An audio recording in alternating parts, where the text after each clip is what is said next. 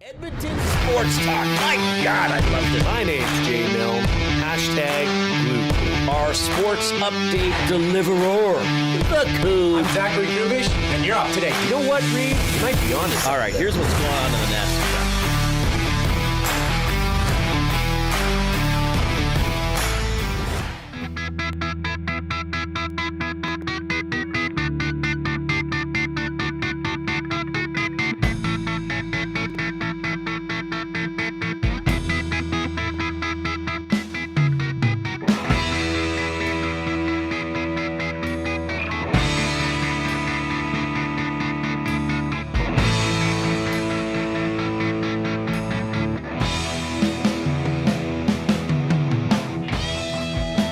It's a bird. It's a plane. Oh, wait.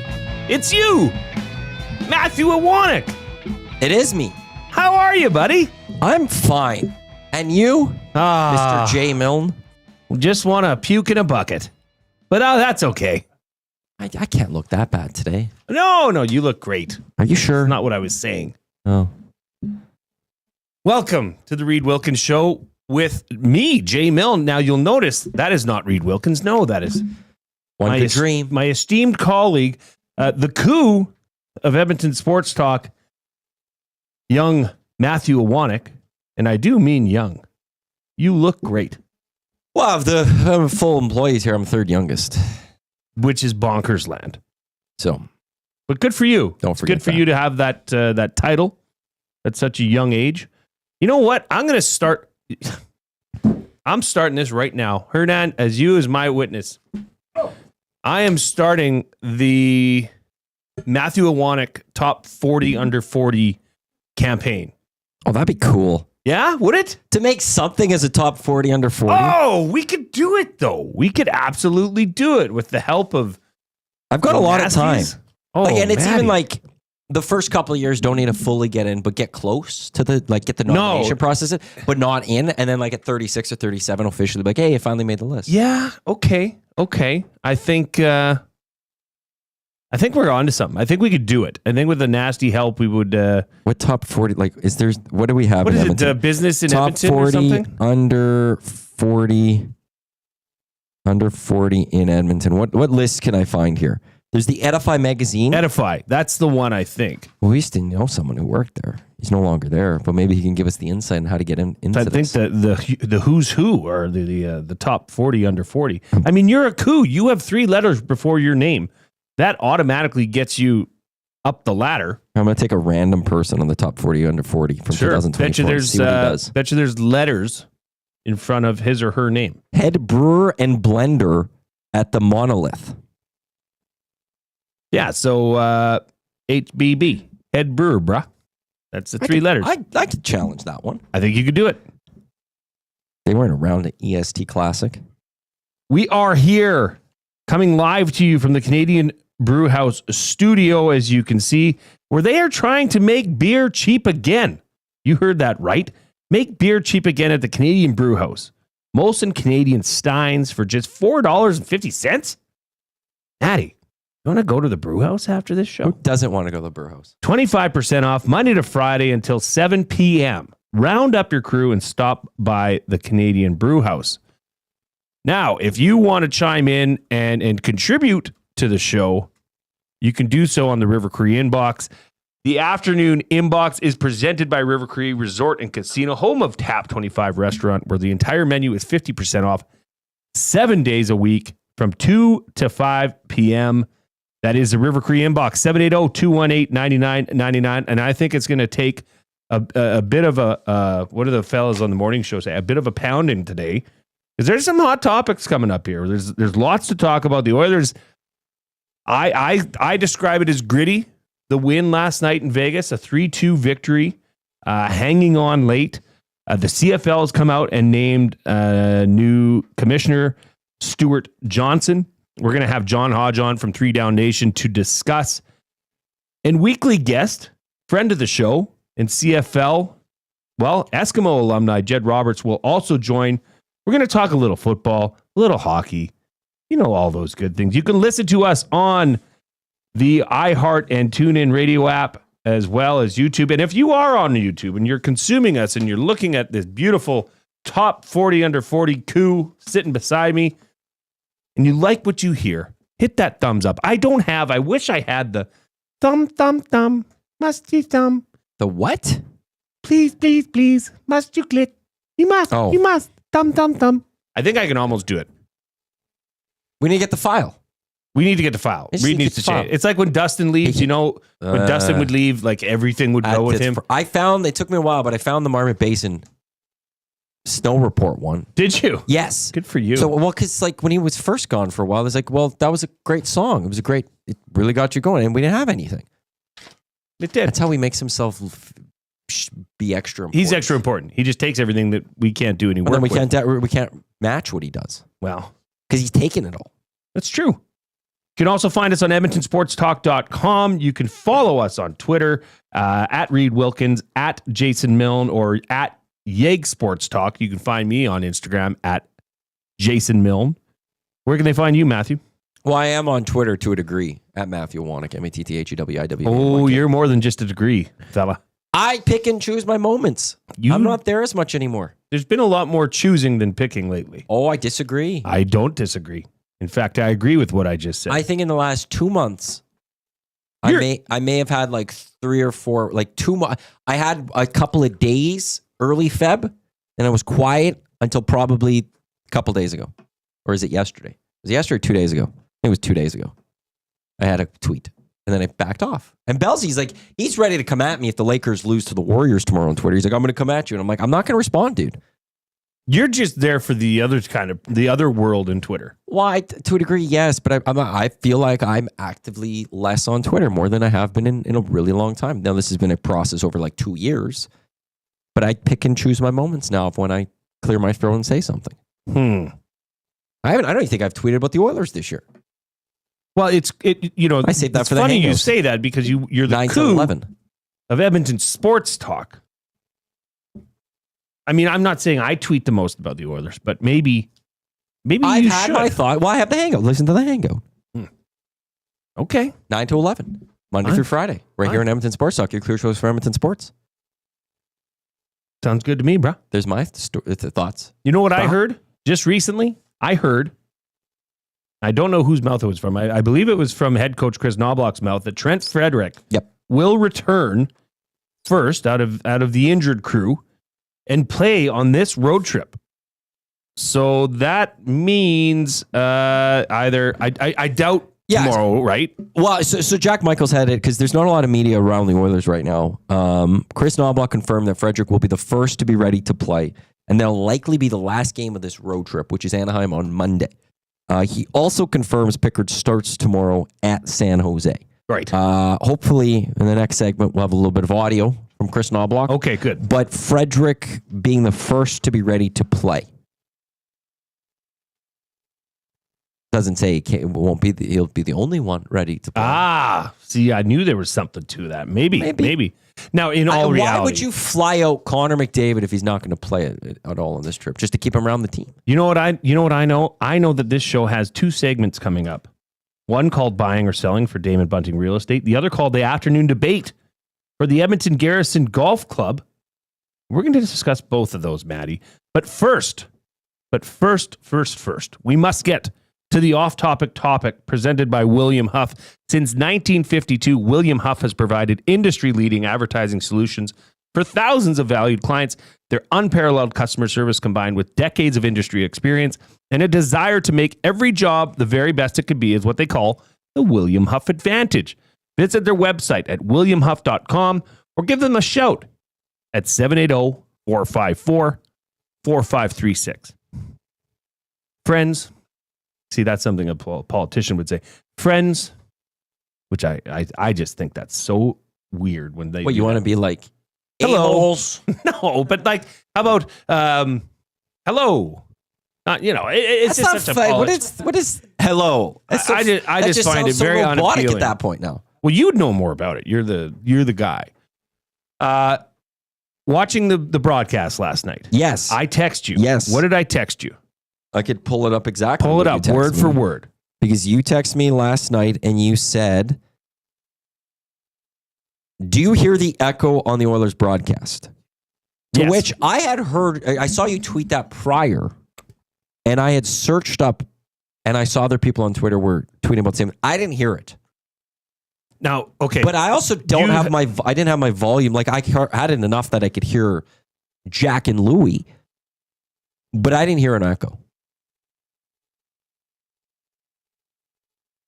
Did you turn it up and try hear the echo? No. Okay, so it wasn't Jack and Louie. It was the sticks clacking and the puck hitting the boards or the stanchion or the glass. It was all the background noise. Literally, Yeah. even the music playing in the arena and the True music enough. playing back from commercial, like when they play their Dun, music dun, bed dun, leading dun, into dun, it. It was doubled yeah. up, and Yeah. it was But ever terrible. so slightly. Yeah. Ever so slightly. I had to watch it on mute. I just cannot take that. I usually would hear those type of small things. I didn't hear this. Maybe you have hearing problems. I do believe I have a little bit of hearing problems you for certain serious? things. Soft things I can't hear. Hernan, did you hear it? The echo last night. Yeah. Drive you batty? Yeah, Joe. I can't handle stuff like that. Like, I can't handle noises that shouldn't be there. Reid Wilkins is in the nasty chat, Ah. making sure that we don't mess up his show. Well, too he badly just today. turned 51, so the He light- says, I didn't notice an echo. well, look at the age, bruh. Jasmine said, I did not either.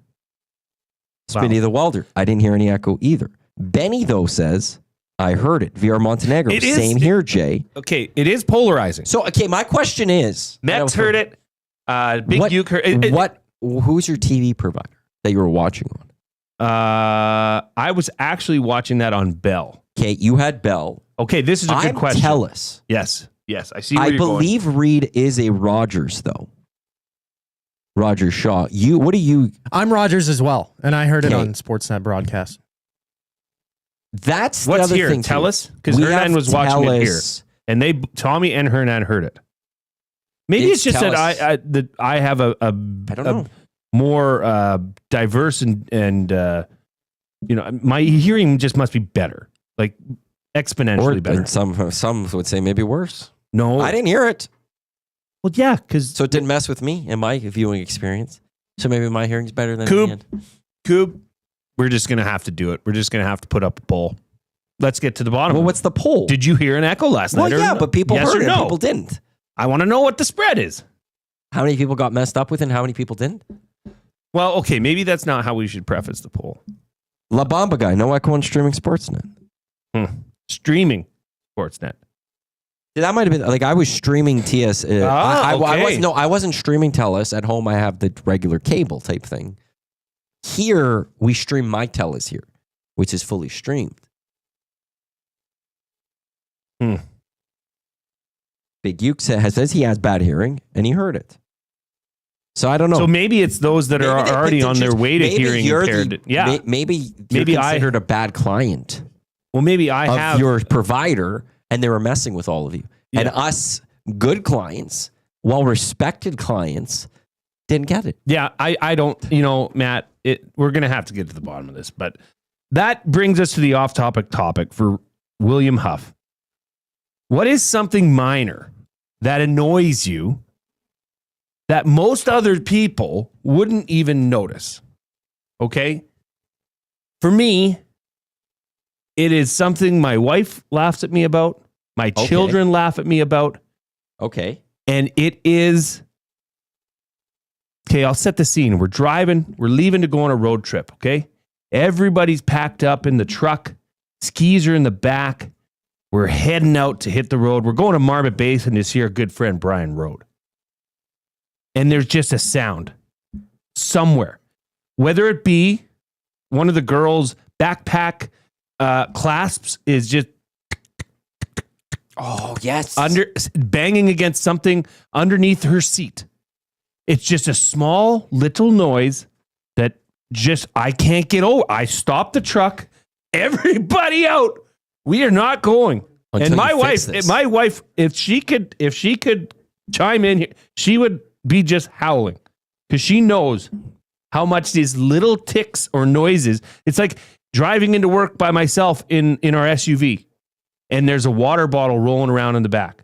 I can't have it. I got to get out. I got to get out and rectify this problem. That is a minor annoyance to me that obviously does not bother others. Well, it bothers me. Yeah. So, there are times in the hangout, Tom will have his coffee mug. And for whatever reason, like there's like a button or something for him to drink out of. There's like an air hissing out of it. And I hear it in the studio and all I hear is, and I'm just like, I want to be like, Tommy, like click that. Like that. Like, Get it out of here. I'm about to jump, like go and click it. And no one else looks at it. No one else thinks of it. But I'm with you. If there's that little, you want to know what it is? I wouldn't stop the car and get everyone out to fix it. But I'd be trying to pay attention. Oh. But now I also don't drive with a lot of people. I'd be like, hey, fix that. Like I need that. No. It's got to be addressed before we hit the main highway because there might be some unbuckling of seats that happen to get this sorted out. I see. It is known that those little noises I just can't handle it. The other one that and this is, this is up there too. It's just the unnecessarily loud chewing of gum. Yeah, like I don't need to see it. I don't need to hear it. Keep that. I don't like gum to begin with. Really? You'll never catch me chewing a piece of gum. Never. I love actually chewing gum. I would never. But if I see you and you're chewing gum and I see you chewing gum and especially hear you, that's going to drive me batty. Can't have it. I had a junior high teacher. If you were allowed to chew gum in his class, but if he called you on it and said what color your gum was, you'd have to throw it out if he was right. But I learned his trick. He just always said white. So he chewed different color gum. And he'd always be right. He wouldn't beat me. I got through it. Max Bezozus, actually, because I have one, but I'm glad he brought it because this actually might be more so than what I have written down. Improper formatting in documents. Bothers me. Bothers me. Yeah? When I used to be the commish of the EST drafts, things had to be formatted properly. Dusty handles that right now. I don't like looking at it. You don't even like voting. I don't like looking at it. It's not the spreadsheet you guys get is not formatted properly. Things have to be aligned properly. Everything has to be the exact same size. If you're going to do something properly, make sure it all looks good and it's the exact same. Okay, so 780-218-9999. Send in what annoys you. We are getting a lot in the nasty chat. And these are just things that are, but here's a question. Am I bad for if we're sitting around the table and my daughter's chewing loudly? Because it has happened. And I'm like, can you please? No. As someone who likes to chew gum, it is my responsibility to not be obnoxious with it. Yeah. I feel like if you're hearing it, I'm going... Yeah, like even that, like just shouldn't do that. Stop that. We might feel lose like listeners. When you're chewing gum, your mouth is for the most part as closed as possible, and you're not obnoxious about it. If you can't hear it, then you should be fine with it. If you can't hear it but you're annoyed by it, well, that's your problem, not your daughter problem. If you can hear it, it's a daughter problem. Our goal every day is to get to double word of the day territory, which is 155 thumbs up. We are on pace. We are on pace to get to 50 in the first half hour. If you have not click the thumb, because that is one thing that does not annoy us. We like when the thumbs are clicked. We're going to be back with the Oil Understood. Can I just quickly say something before we do? Please. Because we're getting a lot of different in the inbox, different people listening or like watching the game, echoes. Yes. It spans all the providers. But Mike from Calgary says, I heard it on Sportsnet West, but not on Sportsnet 1. So it might be depending on which Sportsnet channel you chose. That's odd that you mentioned that. I don't know what Sportsnet I was watching yesterday. I don't know when I turned my TV on, it was already on a Sportsnet. And that's the one I was watching. So it might be the Sportsnet channel you picked that may have caused it.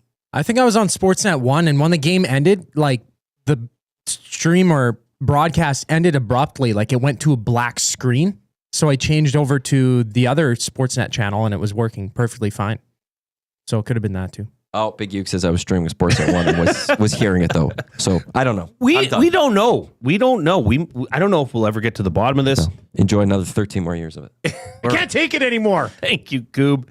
We'll be back with maybe some Oilers clips. We're going to break down. We're not going to break down. We're going to discuss last night's game. I thought, like I said right off the top, this was a gritty effort, and we're going to explain why.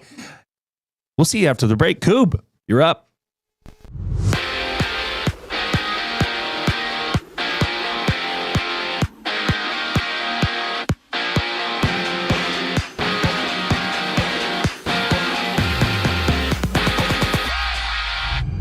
According to Oilers head coach Chris Knobloch, Trent Frederick will return before Vander Kane and Connor McDavid, with Frederick yet to play for the Oilers since he was picked up at the trade deadline from the Bruins. Meanwhile, Edmonton has made 2 signings. 23-year-old German forward Josh Samanski has been given a 2-year entry-level deal, while SHL scoring leader David Tomasek joins the team on a 1-year deal worth over $1 million. Both of those contracts kick in for next season. And there's 7 WHL playoff matchups, including Vancouver down 2-0 entering Game 3 against Spokane. In the MLB, the Jays lead the Nationals 4-1 at the top of the 8th with 6 games live, including the Cubs up 8-2 on the Athletics at the bottom of the 5th. Meanwhile, ESPN's Sam Sharania has reported that 76ers star Joel Embiid will undergo orthopedic surgery on his left knee next week after Embiid was ruled out for the season in late February. 9 games on tap. Knicks and Cavs take on the Cavs. Hawks and Mavericks tip off with the Spurs battle the Nuggets. This sports update is brought to you by Windsor Plywood Leduc, locally owned and operated, serving Leduc and surrounding areas since '93. They have doors, flooring, baseboards, and of course, they got plywood. Go see the knowledgeable staff today at Windsor Plywood Leduc. We have a quick timeout before the Reid Wilkins Show rolls on. I'm Zachary Kubusch, and you're up to date. 2 guys and a goalie. Are you surprised Sportsnet was more than willing to essentially double what they had on the last deal? Doubling it is a lot. I mean, it's great for the league, great for the salary cap. If you're an Edmonton Oilers fan and you're thinking salary cap, this is fantastic. A doubling of revenue from TV on the Canadian side, that is massive. But guys, I don't know how Rogers makes that back. 2 guys and a goalie, presented by GS Construction. Tuesday and Thursday afternoons at noon, only on Edmonton Sports Talk, your clear choice for Edmonton sports. Make beer cheap again at the Canadian Brewhouse. Grab an ice-cold Molson Canadian Stein for just $4.50. That's 25% off. Monday to Friday, open until 7 p.m. Why wait? Grab your crew and make the most of this awesome deal while it lasts. GCL Diesel has been serving oil country since 1972. From diesel cars to SUVs to pickups. From farm tractors to school buses to a big rig. From diesel generators to forklifts, GCL can test, troubleshoot, and repair all diesel fuel system components. Whether it's injectors, pumps, turbos, filters, or additive, GCL has the parts you need to keep your diesel running the way it should. For genuine diesel parts at wholesale prices, visit GCL Diesel in the West End or online at GCLDiesel.com. GCL Diesel. Diesel understood. Hey Edmonton, ready to take advantage of lower rates and better pricing? South Fort Chevrolet in Fort Saskatchewan has you covered. From rugged trucks to sleek SUVs. And with over 40 years in business, you can trust that you're getting the best deal on your new ride. As the proud title sponsor of the Nielsen Show, EST listeners can drive a little to save a lot with South Fort Chevrolet's transparent pricing and down-to-earth sales team. Visit us today in Fort Saskatchewan or online at southfortchev.com. Love is in the air. I love you. And you? And you? And you! Why choose between your beloved items? Sentinel Storage, keeping your treasures safe to be loved again. Try 4 weeks free. Details at sentinelstorage.ca.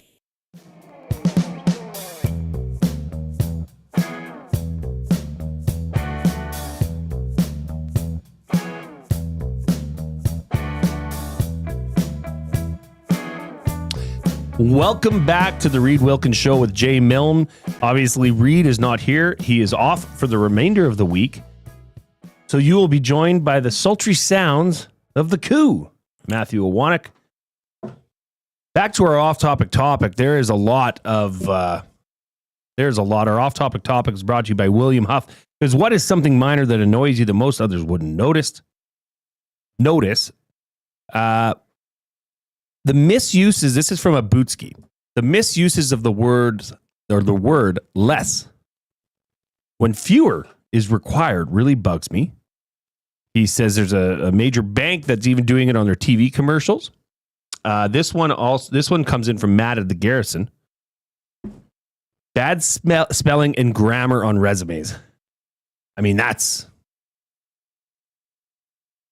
That's it. I mean, are you getting the job if you cannot properly write? Yeah, I think that always doesn't look good. That's never going to be a proper, like, oh, this is going to, first impressions are a big deal.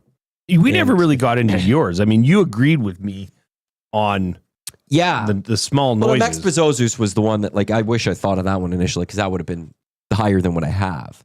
The one I annoys me is when I'm driving in a car and someone has a window cracked open, but it's only one on one side and no others are open. There's sometimes like this little noise that comes through. Or a vibration. And it bothers my head that I'm like, we need to open up one on the other side. Yeah. It throws off your equilibrium. Yeah, somebody open up the other side. Like, I don't care that the window's open, but if we're going to open up one, it has to be on both sides. Let's make it even. Because it is messing with my head. And I don't know if other people experience that or it bothers other people, but I know for me, like, if I'm I will have to be like, open up another one. It can't be just one. Well, especially when you go from like a 60 or 50 kilometer road and then you go on like, say the white mud or something, the buffeting of the window, of like the air going through. Is that what you're talking about? No, it's not. It might be the equilibrium. I never thought, like, it actually messes with It's like air my pressure. head. It's air pressure there's like related. A pressure I'm feeling. And it's like, I need the other window open. Mm-hmm. And it does. I don't care about the noise. I don't care about the wind. It's a bothering within my head and I need it open. I agree.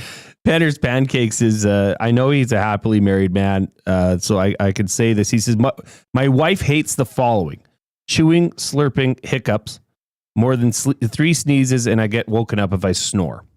How could you hate hiccups? I don't know, but that one is a little bit of an outlier for me. You can't do anything about it. You're just screwed. I agree. He also says show towels. So show towels for those are the ones that you can't use. Yeah, and they often present themselves if companies coming over or, you can't use those. Those are the ones that just need to look nice. Use this one over here hanging on the side of the counter.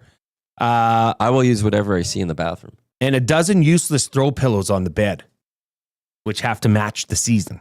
That's for Penner's Pancakes. Oh, match the season? Really? Were your parents like a match the season pillow people? Not pillows that I can recall. Yeah, I've seen it. I feel like it's just like the pillows are like always there. I just don't know. I just don't know why. Why do you have to do that? Is it? I mean, if it cheers you up, hey, looks good. Knock your socks off. I don't know if it looks. Sorry. Well, for females out there especially, they think it looks good.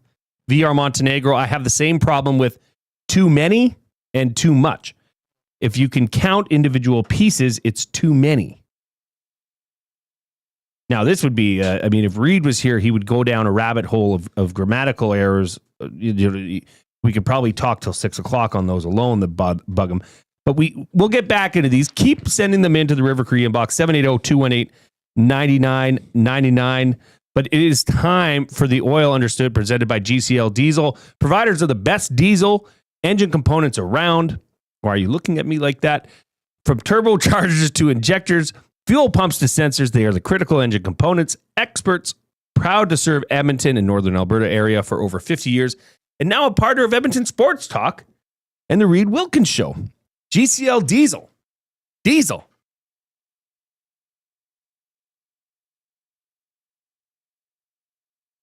Understood. That's what I was looking at because I knew it was coming. You knew it was coming. I get it. I don't get to do this. It's exciting to be part of the dramatic pause. I think because you're here Wednesday, Thursday, Friday. Today, that being Wednesday. I think by Friday, we should probably try get up to record levels. Oh, I could do that. I'll put my feet up on the table. I want to drop a 40-seconder in just to say we got the record. You down with that? You want an awkward situation? I'm more than okay in awkward situations. You're good with that, aren't you? More than okay with it. Okay, let's talk about the game last night. Let's dive into this. The first period, as an Oilers fan, you'd look at that and say, okay, here's Vegas. Mm-hmm. Here's why Vegas is better. Here's why Vegas has an attitude about them. They play with a certain intensity, vigor. They were all over the Oilers. I mean, they outshot them 10-4 in the first period, right? And the Oilers' second shot didn't come till pretty late in the frame. Were you watching that game thinking, well, here, okay, big dogs are out. This is what's going to happen against a top tier team? I figured without a couple of players in the lineup, the most notably Connor McDavid and Stuart Skinner, once Vegas got up to that goal, it was okay, this is the game. That's it. It's like Oilers, like, can you keep this close? Okay, that first goal's in. I don't know if you're going to be able to challenge the Vegas Golden Knights. And I know they were out some players last night too, like Pietrangelo. Sure, yep. But it's the Golden Knights, top of the Pacific, and the Oilers are going through this little stretch to get healthy for the playoffs. Okay, just keep this nice and close, hopefully. But okay, this one's. I didn't, especially after that first goal, I'm like, okay, I'm not expecting an Oiler victory. The fact that, I'm going to even take away just, before the win, that they got the lead. I was very impressed at that point. Even if they lost that lead, I was going to be like, this is a solid effort by the Edmonton Oilers. Wow, I did not see this coming from this team tonight. To hold on to the win, that's a huge, to me, stolen 2 points, considering where the Oilers are, again, as I said, health-wise, and you went into the Pacific Division leading Vegas Golden Knights. I think this is huge, too, for the Oilers, just confidence-wise, that yes, if this is a second-round matchup that we see, yep, you got to sit there and go, we took on these guys without our starting goalie, and we'll see what happens over the next few weeks and stuff, but without our starting goalie, and without Connor McDavid, and without Frederick Ekholm, and without Evander Kane, and we beat them in their barn.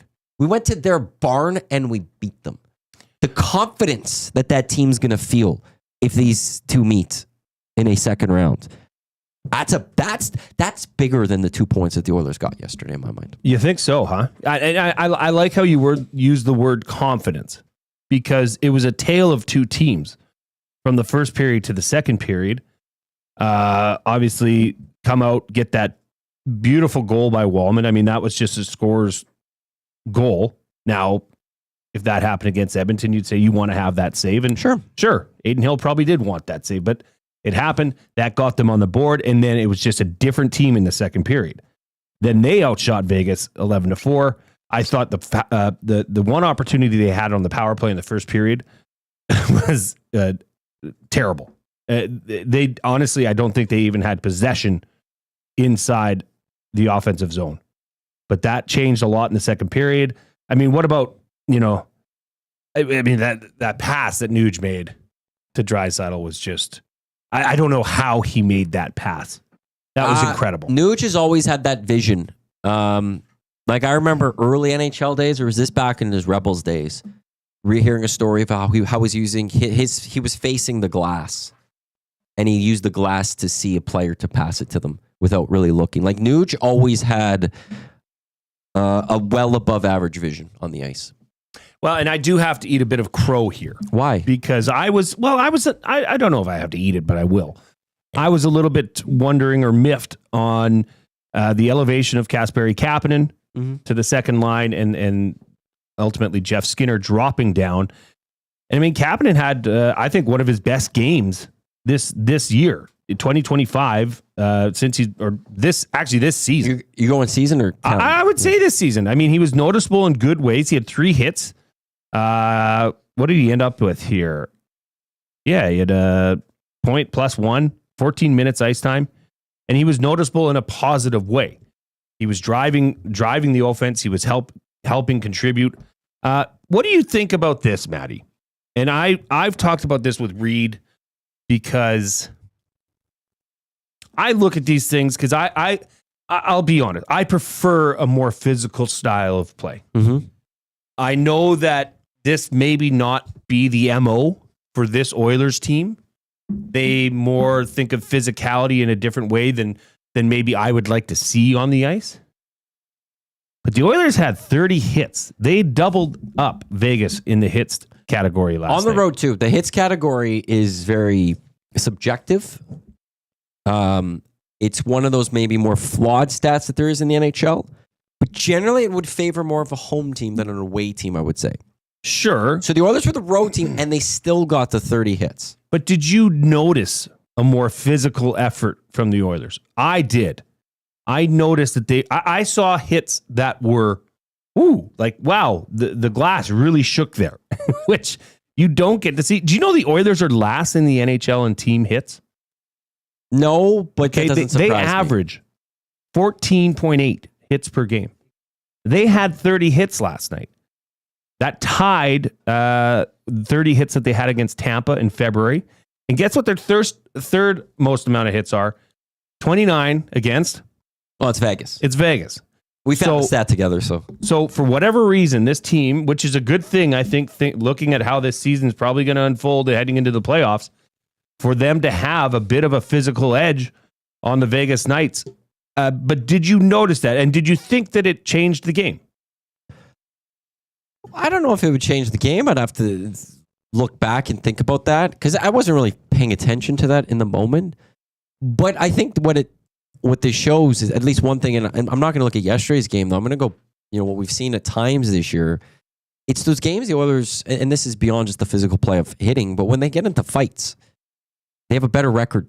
They have this winning record. They do extremely well. And that also is just an indictment that they get into fights also. They bring that physical play, which is, I think, what a lot of Oilers fans want to see from this team. And they don't like when they hear Chris Knobloch say that they're not focused on the physicality. That this isn't a team that they want to focus on, have that emphasis on that. But they seem to play well when they do it. Yes. They seem to have success when they go do it. That while this team is built for the skill, and we could look at this team and, especially prior to that deadline, they don't have that ability to go play a bigger, a more physical hockey. That when they do it, though, that they actually do. They may not look like it on paper, but when they hit the ice, they have success with it. As we mentioned before the break, we did get some audio from the Oilers after their skate down in San Jose. Knobloch just wanted to talk about the update on the injured players. Of all of them, Trent would be the first one returning. Hopefully he can play at some point in this road trip, maybe the last game. The other guys aren't going to be that soon, so that's about it. Riveting update, but it is something, okay? As early, as recent as last week, it was said that this might be 2 to 3 more, or 1 to 2 more weeks. At which, if you look down the line and down the schedule, that suggested that you may not see Trent Frederick until maybe the 13th, the 11th, when they're on their home against the Sharks. So that is nice, and I know Oilers fans are wanting to see what this organization got on trade deadline day in Trent Frederick, where he fits in. Mm-hmm. Obviously, that's gonna, I guess we'll see what happens. I mean, Reid and I were talking whether he plays the wing or if he plays a center. I think a lot of that has to do with what happens with Nugent Hopkins, and I don't see any reason to take him out of the center position at this point.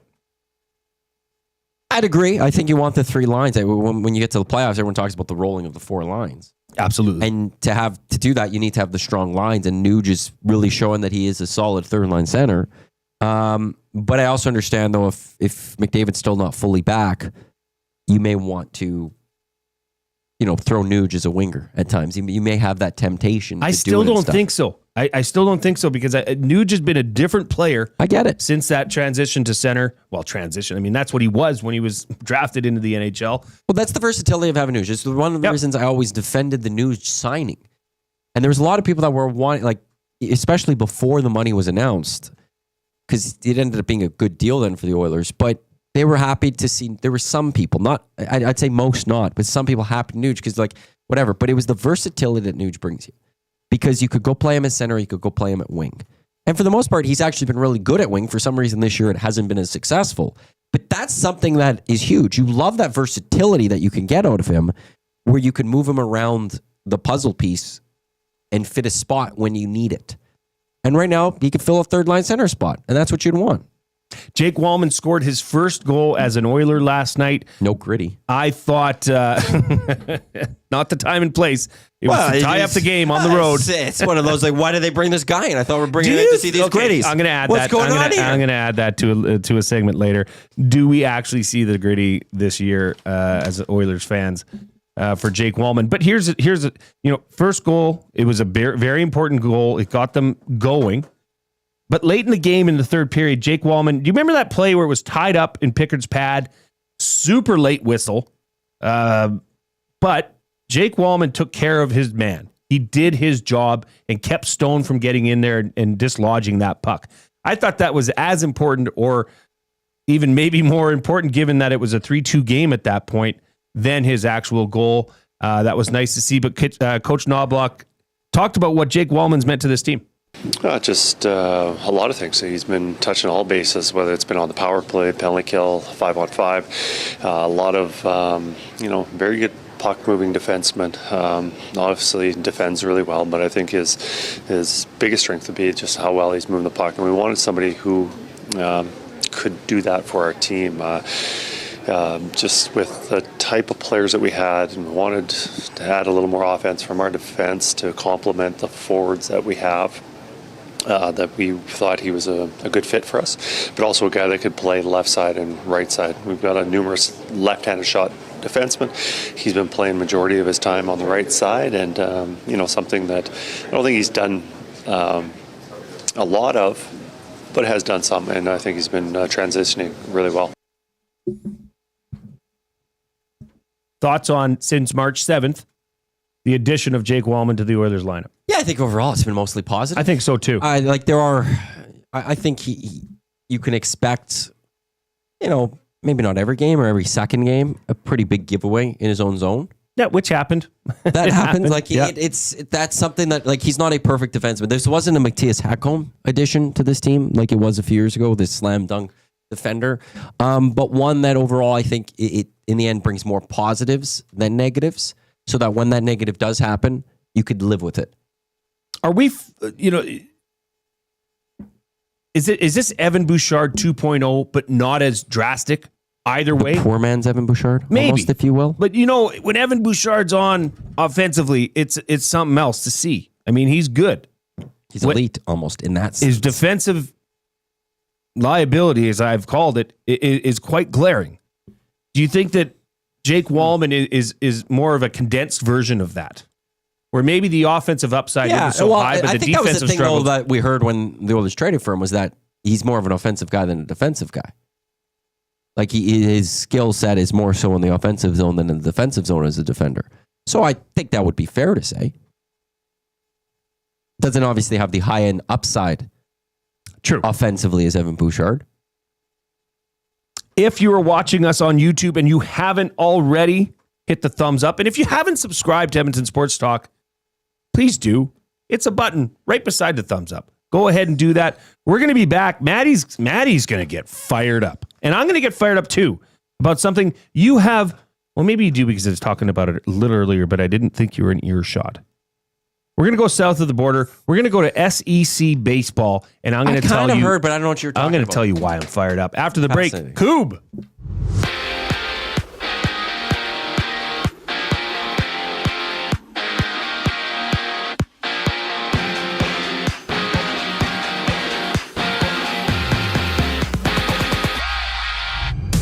Oilers head coach Chris Knobloch says that Trent Frederick will be back before Connor McDavid or Evander Kane. With Frederick having yet to play for the Oilers, he's been out since February with a lower body injury he sustained as a part of the Bruins. And for next season, the Oilers have signed two new players. 29-year-old Czech forward and SHL scoring leader David Tomasek comes over on a one-year deal worth over $1 million. And from Germany, 23-year-old DEL forward Josh Samanski has been granted a 2-year entry-level deal. 5 games tonight, Avs and Hawks showdown, the Wild and Rangers battle, while Toronto hosts Florida. Meanwhile, there's 7 WHL playoff contests. The Hitmen look to sweep the Blades, while the Tigers are up 2-1 on the Broncos entering Game 3. Baseball had the Jays sweeping their set against the Nationals with a 4-2 win moments ago. 6 games are live, including the Marlins up 2-1 on the Mets at the top of the 4th. In the association, Detroit challenges OKC. Kings and Wizards tip off, while the Hornets meet the Pacers on a 9-game slate. This sports update is brought to you by Advantage Sports Medicine and Physiotherapy. Get treated like a pro with their highly skilled crew. Whether you're recovering from an injury or looking to enhance your performance, get the same locker room approach that's trusted by the best in the game. Visit their website at advantagesportmed.ca. The boys get fired up for Gemco Fireplaces when we get back. After the break comes Zachary Kubusch for your sports update. Get your fix every single game with the GCL Diesel Oil Stream pregame and postgame shows with Tom Gazzola and Hernan Salas. Whether it's breaking down the starting lineup, predicting key matchups, or diving deep into the game's biggest moments, Tom and Hernan are here to give you the best insight and analysis in the city. After the final horn, get the breakdown of every key moment, performance, and player reactions. It's your one-stop shop for all things game day. Catch the GCL Diesel Oil Stream pregame and postgame shows with Tom Gazzola and Hernan Salas. Only on Edmonton Sports Talk, your clear choice for Edmonton sports. Gallo LLP is an Alberta-based accounting firm with expert chartered professional accountants in both our Edmonton and Sherwood Park accounting firms. Our experienced and innovative accountants provide financial advice that saves our clients money. Simply put, we help our clients protect their assets and grow their businesses. At Gallo LLP, they go beyond the numbers to ensure the continued success of your business. Reach out to Preet or John to discuss how they can help your business grow. Visit GalloLLP.ca today and see how they can help you take your business to the next level.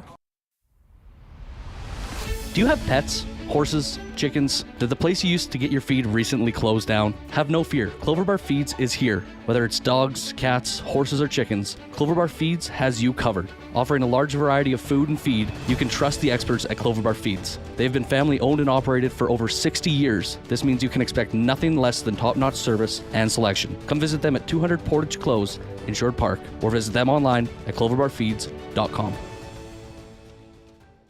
Looking for quality building materials and friendly advice? Visit us at Windsor Plywood Leduc, family owned and locally run since 1993. From interior materials for doors, flooring, baseboards, and all the finishing touches to all you need for your outdoor projects like cedar lumber for decks and fences, plus all the plywood you'd need. Our full-time on-staff carpenter can help with anything odd-sized or custom, and from domestic hardwoods to exotic selections, we've got you covered. And if we don't have it, we'll track it down for you. Windsor Plywood Leduc. We're the experts you need to know.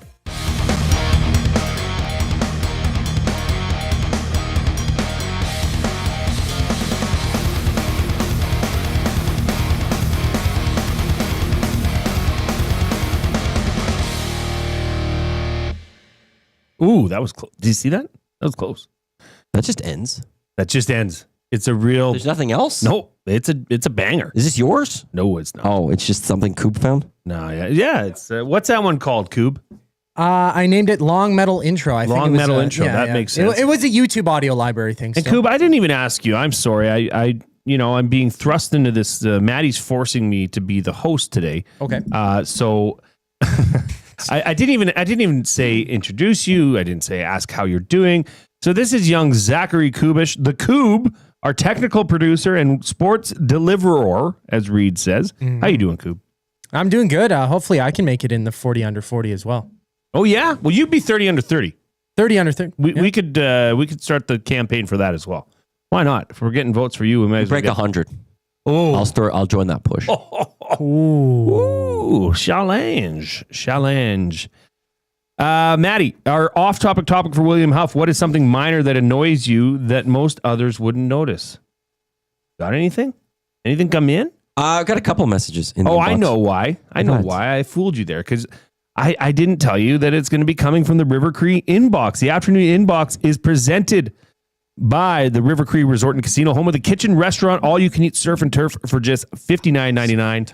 I love surf and turf. $59.99 every Friday from 4 to 10. I would take you on Friday after the show for surf and turf. If you wanted, it would be an open invitation. I would pay. You don't have to answer now, but just know I would take you for surf and turf at the kitchen restaurant after the show. Who doesn't want surf and turf? No, maybe you don't. D-Rex, my thing is a little bit like the sound. I have a light sensitivity where I can't stand two different light levels of light. It needs to be all dark or all light. What about all dim? My least favorite time of day is dusk, just before you close the blinds and go to man-made light versus the fading natural light. Or at least that's his favorite time of day. I don't know. Are you a blinds person? I mean, you're up so high. Who can really see you? I have any windows. Blinds? Well, I do. They all but I've got my walls are windows. So I like. For those that don't know, Maddie lives on the palatial 25th floor. I like natural light. Yeah, I me too. prefer natural light over anything else. So the only time, who wouldn't? So at night I have blackout blinds, which come down so I can sleep. There are occasional times the blinds will come down. It's pretty rare. If the light's blocking my TV and I'm trying to really watch a show, like on Sunday, White Lotus at night, it's not a big deal. But if I didn't watch White Lotus right away and on Monday afternoon I was watching White Lotus, I would need to bring the blinds down to make sure I see my TV properly and don't get any light stuff. But no, I like the natural light. I just want sun coming. And I get the sun in the summer till like 11 o'clock. So why would I close the blinds? Well, that makes sense. That makes sense. How come? Hang on. Bear with me here. Bear with me. Why you do that? Coach Mike did quickly ask in the River Crane box. What's the Oilers' magic number, Maddie? From Coach Mike. I used to do this a lot on Twitter. I haven't done it. Partly this year because magic numbers are fun. Well, I feel like the Oilers are in. I used to do it when the Oilers... Yeah, there is no magic number. That it was like, well, there's no... Before it was like, okay, can they clinch? And the Oilers' magic number at this moment in time, I believe, is 8 points. And so how the magic number works is it's... get them to 99? It would get them 99. The magic number, though, is points earned by the Edmonton Oilers or lost by the first team out of the playoffs. That could knock them out. So the Calgary Flames are that team. It's 82 points. If the Calgary Flames win every single game the rest of the season, they'll be at 98 points. Sure. But there is the tiebreaker still that the Oilers, they don't officially own the tiebreaker, I don't believe, because the first tiebreaker is regulation wins. So that's why it'd be 99. So 99 minus 91 is 8. It is time to get fired up for Gemco Fireplaces. They've been proudly serving Edmonton and area for 45 years and are the authorized dealer for Napoleon Fireplaces. Whether it's gas or wood burning, look no further than Canadian-made, folks. Canadian-made. That means a lot today. Napoleon Fireplaces. All the Napoleon products you need are available at Gemco, 9281 50th Street. Matt, what are you fired up about? I'm going off the board.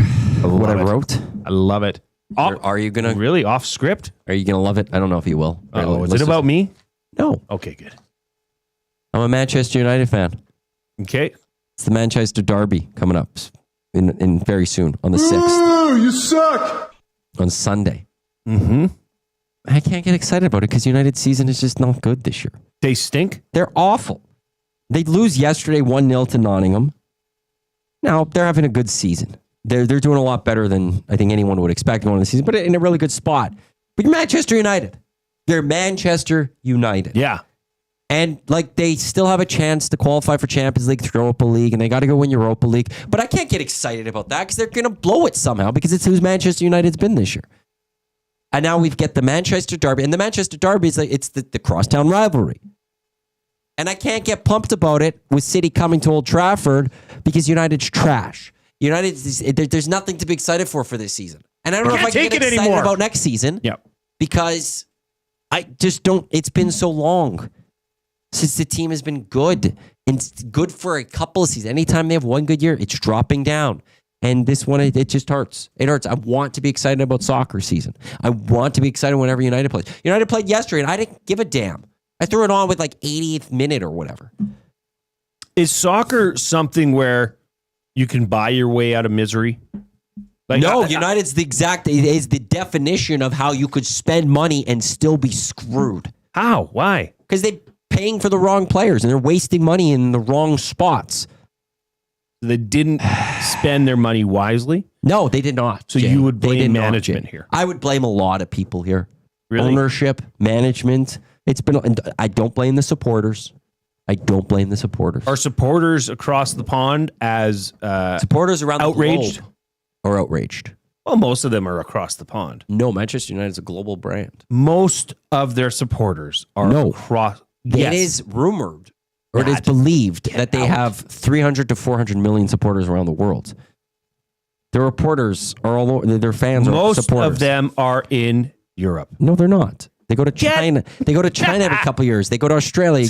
Manchester, there's a group here in Edmonton, the Manchester United supporters group. Johnny Alberta, a listener formerly of 50 Edmonton, people? move out of town. They go there. There's United clubs across the country. They have supporters all over the place. I don't. Do you know how many people live in the United Kingdom? Do you know how many people live in Europe? I don't know. Me neither. How many people live in Europe? They say it's 744 million people. For the majority of that 500 million Manchester United fans. Yeah. They'd all have to be living in Europe. It's not true. They're a global brand. There's some way to prove this. They're a global brand. We'll find out. I'm fired up. Koob, if you want to lay in that video whenever you get to it, you just go ahead and put it up. Have you ever heard of the getaway travel curfew? Nope. Okay. The getaway travel curfew exists in the SEC, NCAA baseball. God's country. Only in the SEC. The premise of this is that no new inning can begin after 4:30 p.m. local time so they go and play 3-game sets, right? So Alabama will go visit, I don't know, Tennessee, and they'll play Friday, Saturday, Sunday. Well, on the Sunday, no inning can start after 4:30 p.m. local time. So this gives them time to get back. These are student athletes, right? It gives them time to travel. So this is the getaway travel curfew. Look at this. This team here, this is the preseason number 1, Texas A&M. They stink. They were the preseason number 1. They're now 1-8. They're falling to Kentucky. Now Kentucky kept stalling. Mound visits. Pitch clocks taken all the way. They had, I think, 2 defensive meetings and 3 mound visits because the clock was at 4:28. And this was the 8th inning. Texas A&M was coming back. And the coach, they call them coaches in NCAA. I don't know why. But I do. Riverhawks, Jake Lamferman's called a coach. Aren't they managers? They're supposed to be managers, but they call him a coach. Anyways, Texas A&M manager Michael Early was not happy. They started getting into it from each other's dugouts. And I'm the reason I'm fired up is because this is BS. Play the game. Don't play this stupid time zone or time game within the game. That's a coward move. That is a start with a B word, bad move. Don't do that. You're admitting that the other team, that you're scared of the other team. Play it out. It's the bottom of the 8th. I don't have an issue with a team doing this. Do whatever it takes to win a game. Go win the game. Go win. You're winning the game. If you got a lead, you got a chance. Go win the game. No. Okay. You want to be 8-1 and just say, oh yeah, but we played the trick on them. What's the difference between running the clock out and taking knees? Go throw the football in football. Go run the ball. Don't just take a knee.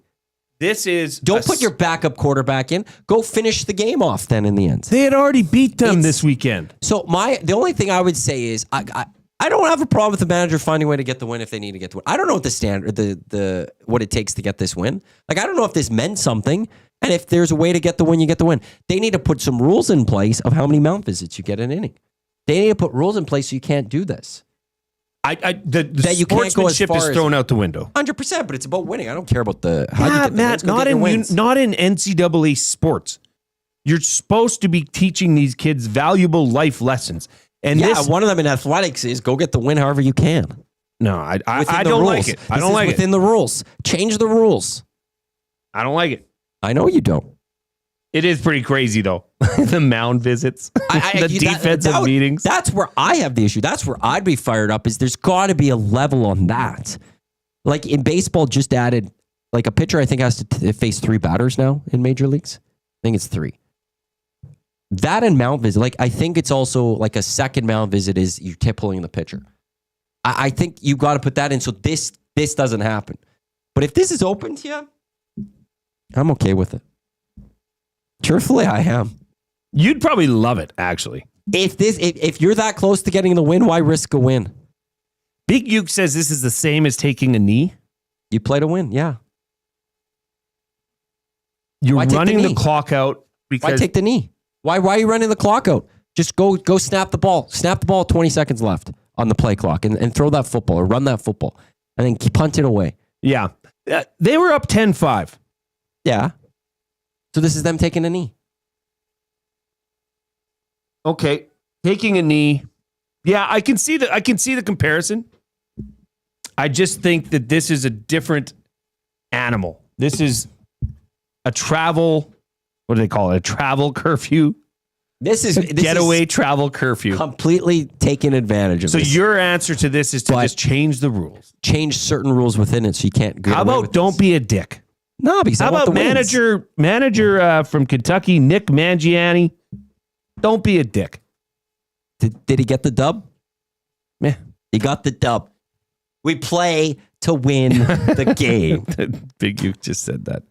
I can see it from both sides. I just, you know what? In all honesty, it was just funny because it's just like a rule that nobody knows or nobody's heard about, especially in Canada. I get your points. You want it though fully. Like you do look scared. The travel delay. You look scared on this one. You do look weak. You look. The premise I get. As the pitchers, you might go like, "What? You don't believe us that we could hold on to a 5-run lead?" How do you look at your players in the eye and be like, "Sorry, guys, I know we were up 10-5, but that extra inning really would have scared me." We've got Jed Roberts, former Eskimo great. We're going to talk about the new CFL commissioner, Stuart Johnson. That's coming up right after the 4:00 break. Koob. The Lock Shop. At this point, they should consider changing this thing to the Corey Connors Invitational. He has 2 wins here. Huss, you talked about how a couple years ago, that's what punched his ticket into the Masters. Like, this is a carbon copy, perfect golf course for Corey Connors. You just got to be able to find fairways, and approach is so important. There's not many better golfers at striping the ball, at approach shots than Corey Connors. The Lock Shop, weekday mornings at 11, only on Edmonton Sports Talk, your clear choice for Edmonton sports.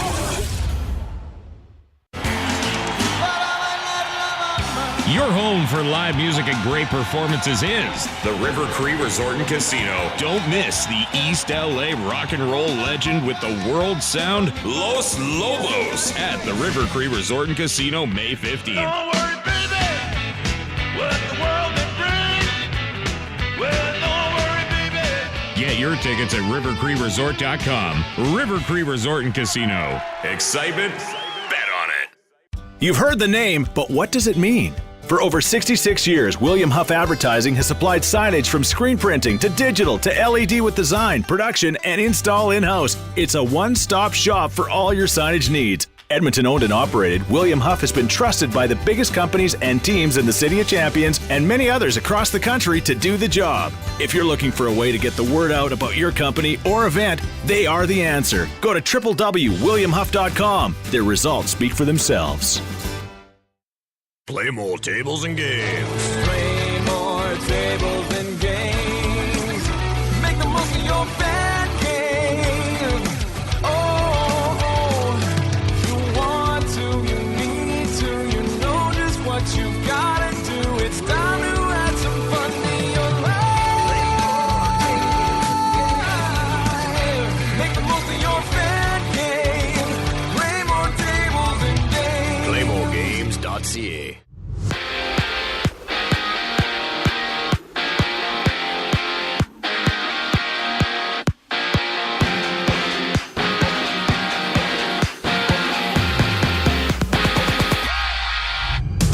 Edmonton's Trent Frederick will return before Connor McDavid and Evander Kane, according to head coach Chris Knobloch. And the 27-year-old has been out with a lower body injury since early February when he was a part of the Boston Bruins. The Oilers have signed 2 players for next season. 23-year-old Josh Samanski from Germany has inked a 2-year entry-level deal, while 29-year-old David Tomasek has been rewarded with a 1-year contract worth over $1 million after he led the SHL in scoring. There's 5 games on tap, including the Wilds and Rangers having a date. The Maple Leafs battling the Panthers, while Carolina hosts Washington. And WHL playoff action has the Tigers up 2-1 on the Broncos entering Game 3, with 7 games shaking down. On the court, there's 9 games. Pelicans and Clippers tip off. OKC plays Detroit, while the Kings throw down against the Wizards. Meanwhile, Toronto beat Washington 4-2 to sweep their set. Blue Jays and Mets go Friday with New York in action today against the Marlins. The Mets trail 2-1 at the bottom of the fifth. I'm Zachary Kubusch. That was your sports update. The second hour of the Reid Wilkins Show starts right now.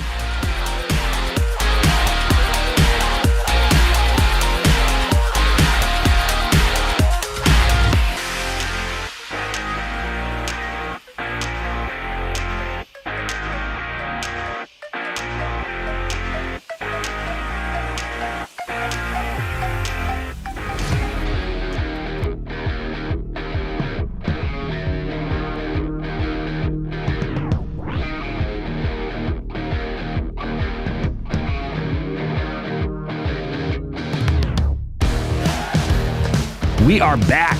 This is the Reid Wilkins Show with Jay Milne and guest host Matthew Iwanyk. Reid is off for the rest of the week, but have no fear. He will be back on Monday. We are broadcasting to you live from the Canadian Brewhouse studio. That's a new thing. That's a new logo. Looks great. It looks like neon. The studio is different. I thought that was there the whole time. No, Dustin must have changed it, tweaked it. There's 5 different ones. Oh, there's 5. Oh! Tube Socks does those. So you changed it. He gets switched. He rotates through them. I thought I've seen this one before. Cool. All right. You've put this one up before, I'm assuming. Oh, you don't know? Okay. Listen to this. What's this? The showdown continues at the Canadian Brewhouse. Oh? Wing flavors of the month. Dillionaire sauce. Oh, you've won me over. That's what I said yesterday. The moment there's dill. Yeah, I'm in. Versus passion fruit habanero. Oh. Cool versus fiery. Who will reign supreme? Come taste the madness at the Canadian Brewhouse. You know, wings. Wednesdays always makes me crave wings because that was always a thing. It used to be Wing Wednesday, but I don't think places do it as much anymore. Yeah, Wing Wednesday's huge. Still. I love wings. I don't think it's like to you it's as big because everyone does it. Yeah, Passion true enough. Fruit habanero. That does I love dill. But that's like a fruity hot. Yeah, it sounds great. Yeah, the dill all the way for me. I don't know. I love dill, but I think the other one might win. Well, let's go try that. Let's get Jed's thoughts on this. We are joined by E legend Jed Roberts on the phone. Jed, how you doing today, buddy? Oh, hang on there, Jed. We're just going to have to adjust the. I need to get a new phone for here. The incoming phone line. What was that? Witness protection, Jed. Oh, I like that. Yeah, that's what we allude to it when it happens. Well, I got to get a new phone then in the end.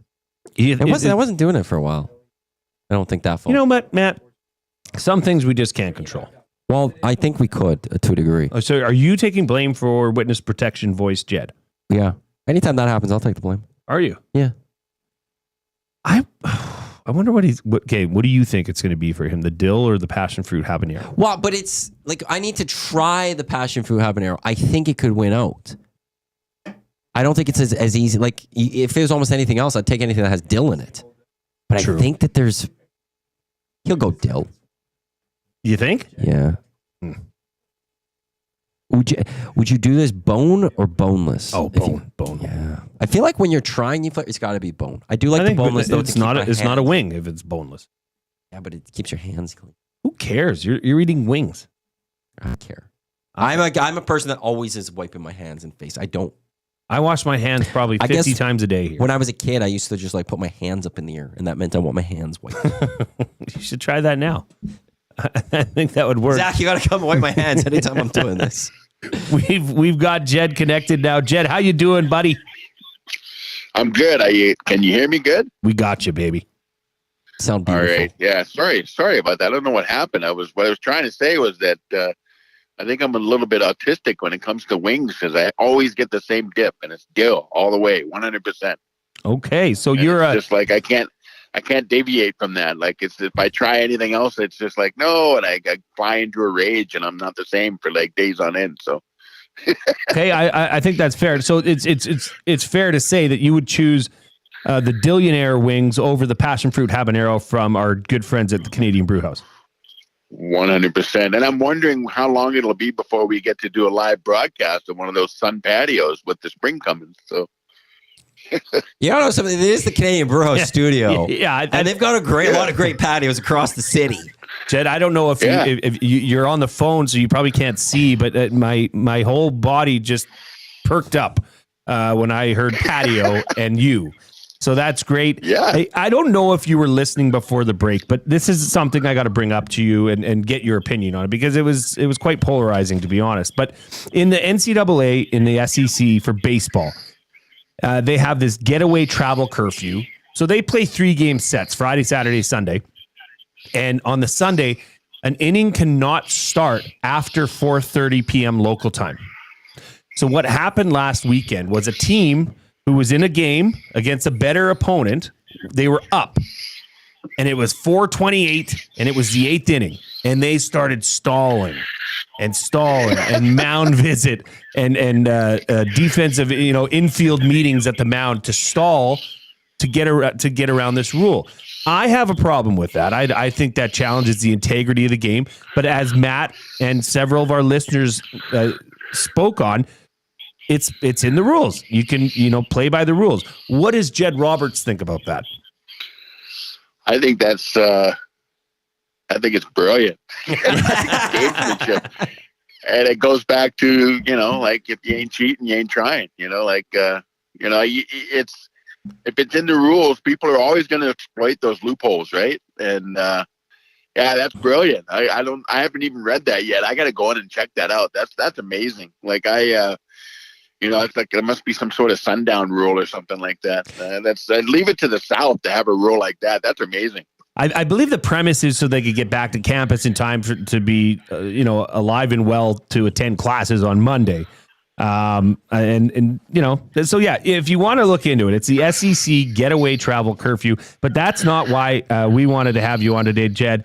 The CFL announced today their next commissioner, the 15th in CFL history in Stuart Johnson. He was the president, or still is the president at TSN, I believe, for now, since 2010. What are your initial thoughts on the hire?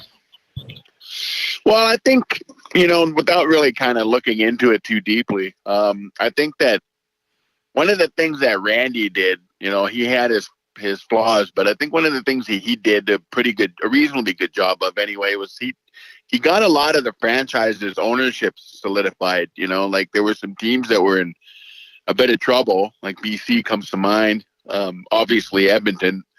Those things have sort of been sorted out. And so now really we got to plot the way forward and try to make this game more accessible, more available. And I think that that's kind of where this guy comes in. He's got the TV background. And one of my biggest complaints is getting accessing the game online and those things. I'm kind of hoping that they'll bridge that gap between viewers and the game. And Randy was more about like getting the global thing going and all that.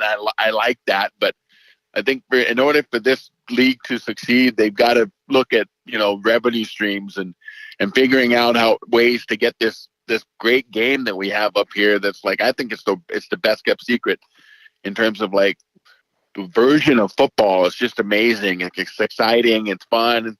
And I think that, we need to get this game out to more viewers and more eyes. And you look at the playoff stats the last couple of years, the viewership's back up on the rise when it comes to playoff time and the Grey Cup finals and stuff like that.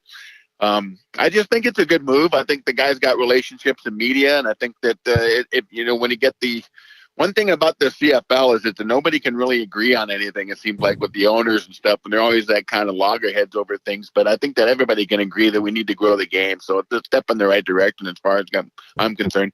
We're with Jed Roberts here on the Reid Wilkins Show. Matt Iwanyk, Jay Milne with you here on Edmonton Sports Talk, your clear choice for Edmonton Sports. So he won't take over as commissioner until later here in April. So let's say the CFL comes to you and says, Jed, we're going to name you the interim commish until Stuart takes over in a couple weeks. And you get to do one thing. What would Commissioner Jed Roberts do to the Canadian Football League if you could do anything to this league? You get one big thing as the interim commissioner. What are you doing? Am I doing this? Is this an altruistic thing, or am I just doing it for me? Hey, however you want to go about it. You could do one for each if you want. One of my biggest pet peeves is like, I don't like the licensing that they do right now. I think it's really limited. I think that they could do a lot better jobs in terms of like, I like the starter deal that they have with the clothing and merch. I think they could do so much better. I think that would be one thing that I would look at just from a selfish. I'm a bigger guy. I like to wear bigger sizes and stuff. So I would like to see their clothing get a little bit more of an update and more options to choose from. I don't know. I think that the commissioner coming in will deal with the rest of this stuff. I'm more concerned about the fit. You just want to look good watching some CFL games. Yeah. Like, is that too much to ask, Jay? Like, I don't know, man. Like, I don't think I'm being unreasonable. Like, I just want some nice stuff to wear. Like, come on, man. I'll actually, it's even like just CFL merch. If you just want something that has the logo of the CFL, I think only Ottawa sells it. Yeah, and thank you for bringing that up, because that is my biggest pet peeve. I would love to just rock a CFL hoodie, you know what I mean? But I can't get one. Like they release like limited quantities and once in a while, but they like good luck finding one. Like if you go down the NFL, you can buy anything with an NFL logo. NBA, same thing. Major League Baseball, yeah, it's not a big deal. But for whatever reason, the Canadian Football League they've got like an allergic reaction to like putting their brand out there. I don't understand that at all. So yeah, so from a licensing merchandise perspective, I think they need to get that more out, like more visible. And I get it. Like, I guess they've always got this little brother syndrome, with like all the other like NHL. This is obviously hockey country, but you know what? Like, it doesn't hurt to punch up sometimes. Make yourself known. Like, nobody's gonna pay attention to you if you don't start swinging. So let's do it, man. Let's get some merchandise out there. Let's get this stuff going. Jed, I want to get your take on this. This is an Oilers question for you. We had Kevin Lowe on earlier in the week. And I'm going to ask you the same question because you obviously played with what were the Eskimos at the time, but they're taking their time with McDavid and Ekholm returning from injury, leading up to the playoffs. But at the same time, they're still trying to track down the LA Kings, who sit 2 points ahead of them with 8 games left, so they could get home ice advantage in the first round of the playoffs. What, in your opinion, is more important for this Edmonton Oilers team to enter the playoffs hot or healthy? Healthy. Yeah. Healthy. Like, make the playoffs. I don't really think it matters too much in terms of like home ice and all that. Like, all that kind of goes out the window once the playoffs start. It's a totally different brand of hockey. It's, referees put their whistles away. And so you want those guys healthy, because if it's like just a delicate balance, man. Like you want to bring guys back, you want to have them playing, but you also want to hit the ground running. So it's good that we're getting Frederick back here right away.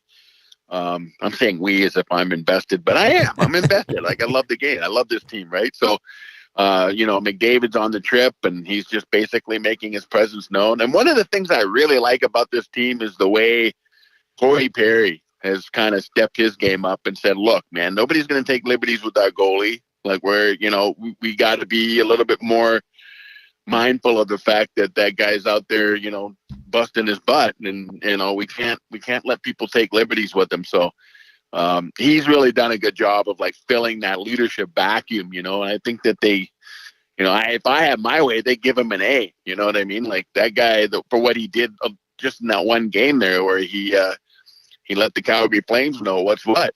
So I mean, anytime the Flames are in their barn, you got to make sure you go out there and send a message. And that's one of the best incarnations of that game in a while. You haven't seen that much emotion. So that's the playoffs, man. That's playoff hockey. And I think we were talking about this last week. It's a little bit early to be talking about that. And I disagree. I think, you got to get these guys a little bit more cranked up. And, the Steckers and the Arvidssons and the Skinners, those guys have to start, pulling their weight. And I think so far, Arvidsson in particular has been playing a lot better.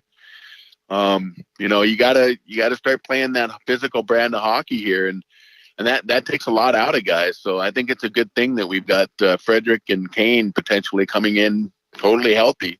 LTIR be damned. But it's going to be fun to watch. It's going to be fun to hear the complaints from the other franchises. And, the Kings, what's this, the 4th year in a row they're going to face the Kings? It'd be 4. Yeah. That's crazy, and it's not going to be an easy series. They got Fiala, they got some good hockey players over there. It's going to be a really, really tough. So you want to get everybody all hands on deck and get everybody healthy. And I like the fact that there's a lot of guys contributing right now, and there's guys that are going to be sitting in the press box that have contributed meaningful minutes here down this stretch run. I mean, if you would have told me 4 games ago that they were going to walk into Vegas and take 2 points, I wouldn't have believed you. Yep. So they're playing a lot better. So I think that, you know, what you're seeing right now is this team starting to pull together, and they're heading in the right direction. And it was tough. It wasn't easy. There was some pretty tough. That was a tough stretch there a little while ago when they lost everybody and they were down 6 guys, and it was like, what are we going to do now? So they're doing a lot better. And you know, the only reason the Kings are up is because they got all those loser points. So like those you know, overtime losses. I don't really understand that whole rewarding failure, but hey man, I come from a league where they let you get a point for kicking the ball in the end zone, so I don't really have room to talk. Don't even bring up the ruse, Jed, please. Hey, Jed, as always, it's a pleasure to have you on. I look forward to taking you up on this patio idea, because I think this could get legs, and I know Reid likes you know, a nice beverage and some sunshine, so I think we can make this happen, the 3 of us. Maybe we'll bring Maddie along too. But Jed, thank you for joining us today. I'll only do it if Matt's involved. Very kind of you. Not many people would say that. You heard it right there from Jed Roberts, Double E legend. And yeah, I mean, hot or healthy, that's the debate, because LA has only, to this date, lost 4 games in regulation at home. Yep. On the whole year. Yep. So it would be nice to do both. Doesn't I think as Oilers fans, it's always a pleasure having Jed Roberts on. We're going to be back from the break, and we're going to talk, because as Maddie alluded to earlier, Calvin Pickard has been named the starter going into tomorrow night's task against the San Jose Sharks. We're going to say, I think Matt's got something to say about that for buying or selling for Damon Bunting. That's coming up right after the break. Koob.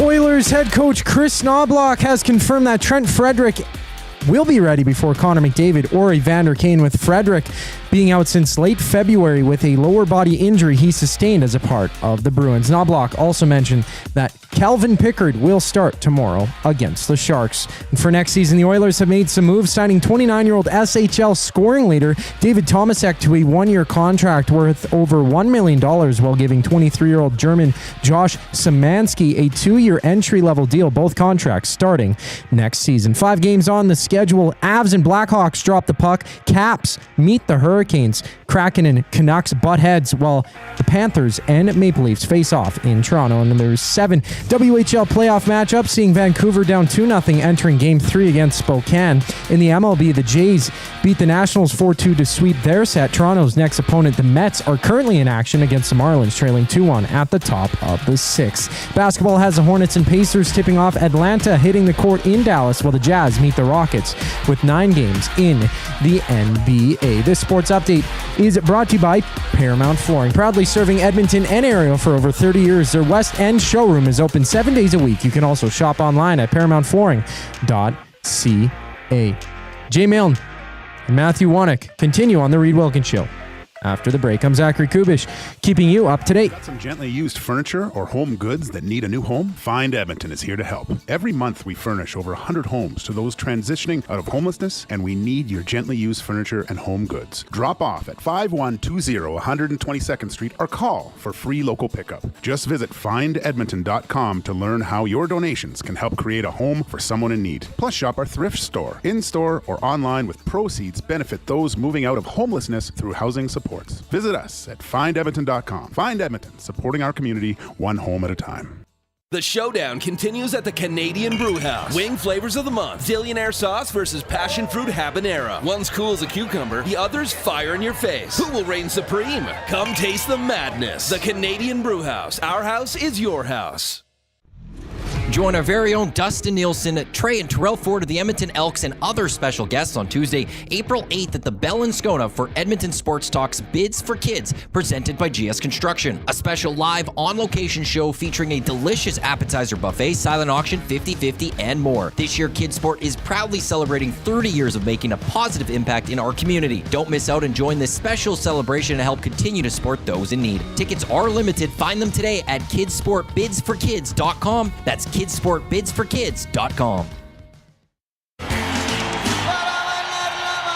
Your home for live music and great performances is the River Cree Resort and Casino. Don't miss the East LA rock and roll legend with the world sound Los Lobos at the River Cree Resort and Casino May 15th. Don't worry, baby, what the world may bring. Well, don't worry, baby. Get your tickets at rivercreeresort.com. River Cree Resort and Casino. Excitement? Bet on it.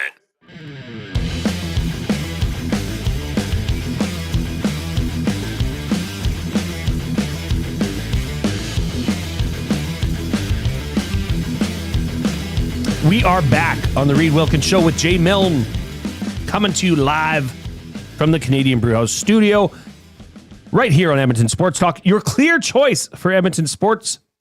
I'm joined by co-host Matthew Iwanyk because Reid is off. He's back Monday. He's back Monday. Don't worry. It was we could start a rumor. I think that would be okay. Reid would be fine with it. That his It's a birthday 5-day hangover. Yes, thank you. It was his birthday yesterday, so I think he really got into it. And he's just taking his time. It's going to take him a bit, to get back upright. 5-day hangover. Yep. There's nothing wrong with that. He's in his 50s. Yeah. I mean, it takes What time. happens? I have yet to have a 2-day hangover. Have you? We'll say that. I've never had the 2-dayer.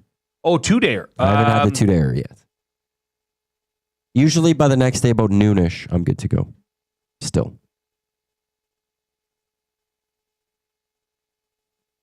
Yeah, I haven't been hungover like really in a long time. You just get past the age where it's like, what's happening on the other side, and it's just simply not worth it. You can chime in on the River Cree inbox 780-218-9999. It is presented by River Cree Resort and Casino, home of the Jack Frost Jackpot. What's that? Cold cash and frosty fortunes. Every Friday and Saturday at 8 p.m. and 10 p.m., one winner will play the game with either $1,000 or $2,000 in cash. The cash prizes that are not given out will be added to a progressive jackpot and accumulated to be given out at our jackpot draw. This may have happened already. Forgive me. Let's just. The afternoon inbox is presented by the River Cree Resort and Casino, featuring Italia Restaurant, home of the $6.99 brunch special from 11 a.m. to 4 p.m. on Sundays. I'm going to look this up. Because I was going to say with that, do you know, what a Friday you can have? Friday? What a Friday you can have. If that was Some people get really offended by Friday. Well, screw them. What I'll say is, you could have had the surf and turf and went for that draw. But if that draw is over. No. I only said the surf and turf. I did not. I'm not waiting around with you for the draw. I'll go do the draw myself. One person per group. That's my draw. Especially if I pay for it. It's not on the ones Reid sent yesterday. Okay. Well, we'll get that taken care of. That should have been. Okay. It's okay. all good. It's all good. But you know what it is? Turf on Fridays. You know what it is time for? It's time for buying or selling for Damon Bunting Real Estate. Damon Bunting has been a consistent top producing realtor in the greater Edmonton area for over 17 years, and he's a good friend of both you and I. If I could call Damon Bunting a good friend, I feel very fortunate. Sure you could. Well, I feel like I'd say that about Damon. I don't know if Damon would say that about me. He would. He's just that kind of guy. Even if he doesn't I'd feel great. Even if he doesn't like you, he'll fake it. And he'll say he does. That's one of those, that's one of those friends you're you showed others. I'm friends with Damon Bunting. Yes. He and his team would love to help you find the right home or make the move from your current home. Community driven. He understands what it takes to make a difference in our city. Check him out on DamonBunting.com or Instagram handle of Damon Bunting Real Estate. Maddie, buying or selling? I'm buying. Well, you didn't ask the question. I think. Well, okay. Let's get into the nuts and bolts here. I'll get into this. Sure. Well, I just used to buying or selling. I know it's the segment. I'm buying. What I don't know what I'm buying. Okay. But I'll buy. What if you're selling, Jay? I'll buy. Really? Anything you're selling, I'll buy. What if I was selling my truck debt? It's you. I'll buy. So today, it was announced. Yep. Calvin Pickard starting in net tomorrow for the Edmonton Oilers against the San Jose Sharks. I brought this up on the Hangout. Belzy, Tommy, they had one thought together. It was the same. Ask Gager about this. He had the same thought as Belzy and Tommy. I think it's a mistake. Well, not a mistake. I shouldn't say they go that far. I would start Olivier Rodrigue tomorrow against the San Jose Sharks. And I understand, like, everyone's going, well, you need to get to 2 points. You need to get to 2 points. You're playing for home ice. And I don't think going to Olivier Rodrigue, you're throwing away the 2 points. I actually think you're trying to have a better chance at getting home ice because it's the San Jose Sharks tomorrow. So there's the two reasons for this. One is it's the San Jose Sharks tomorrow.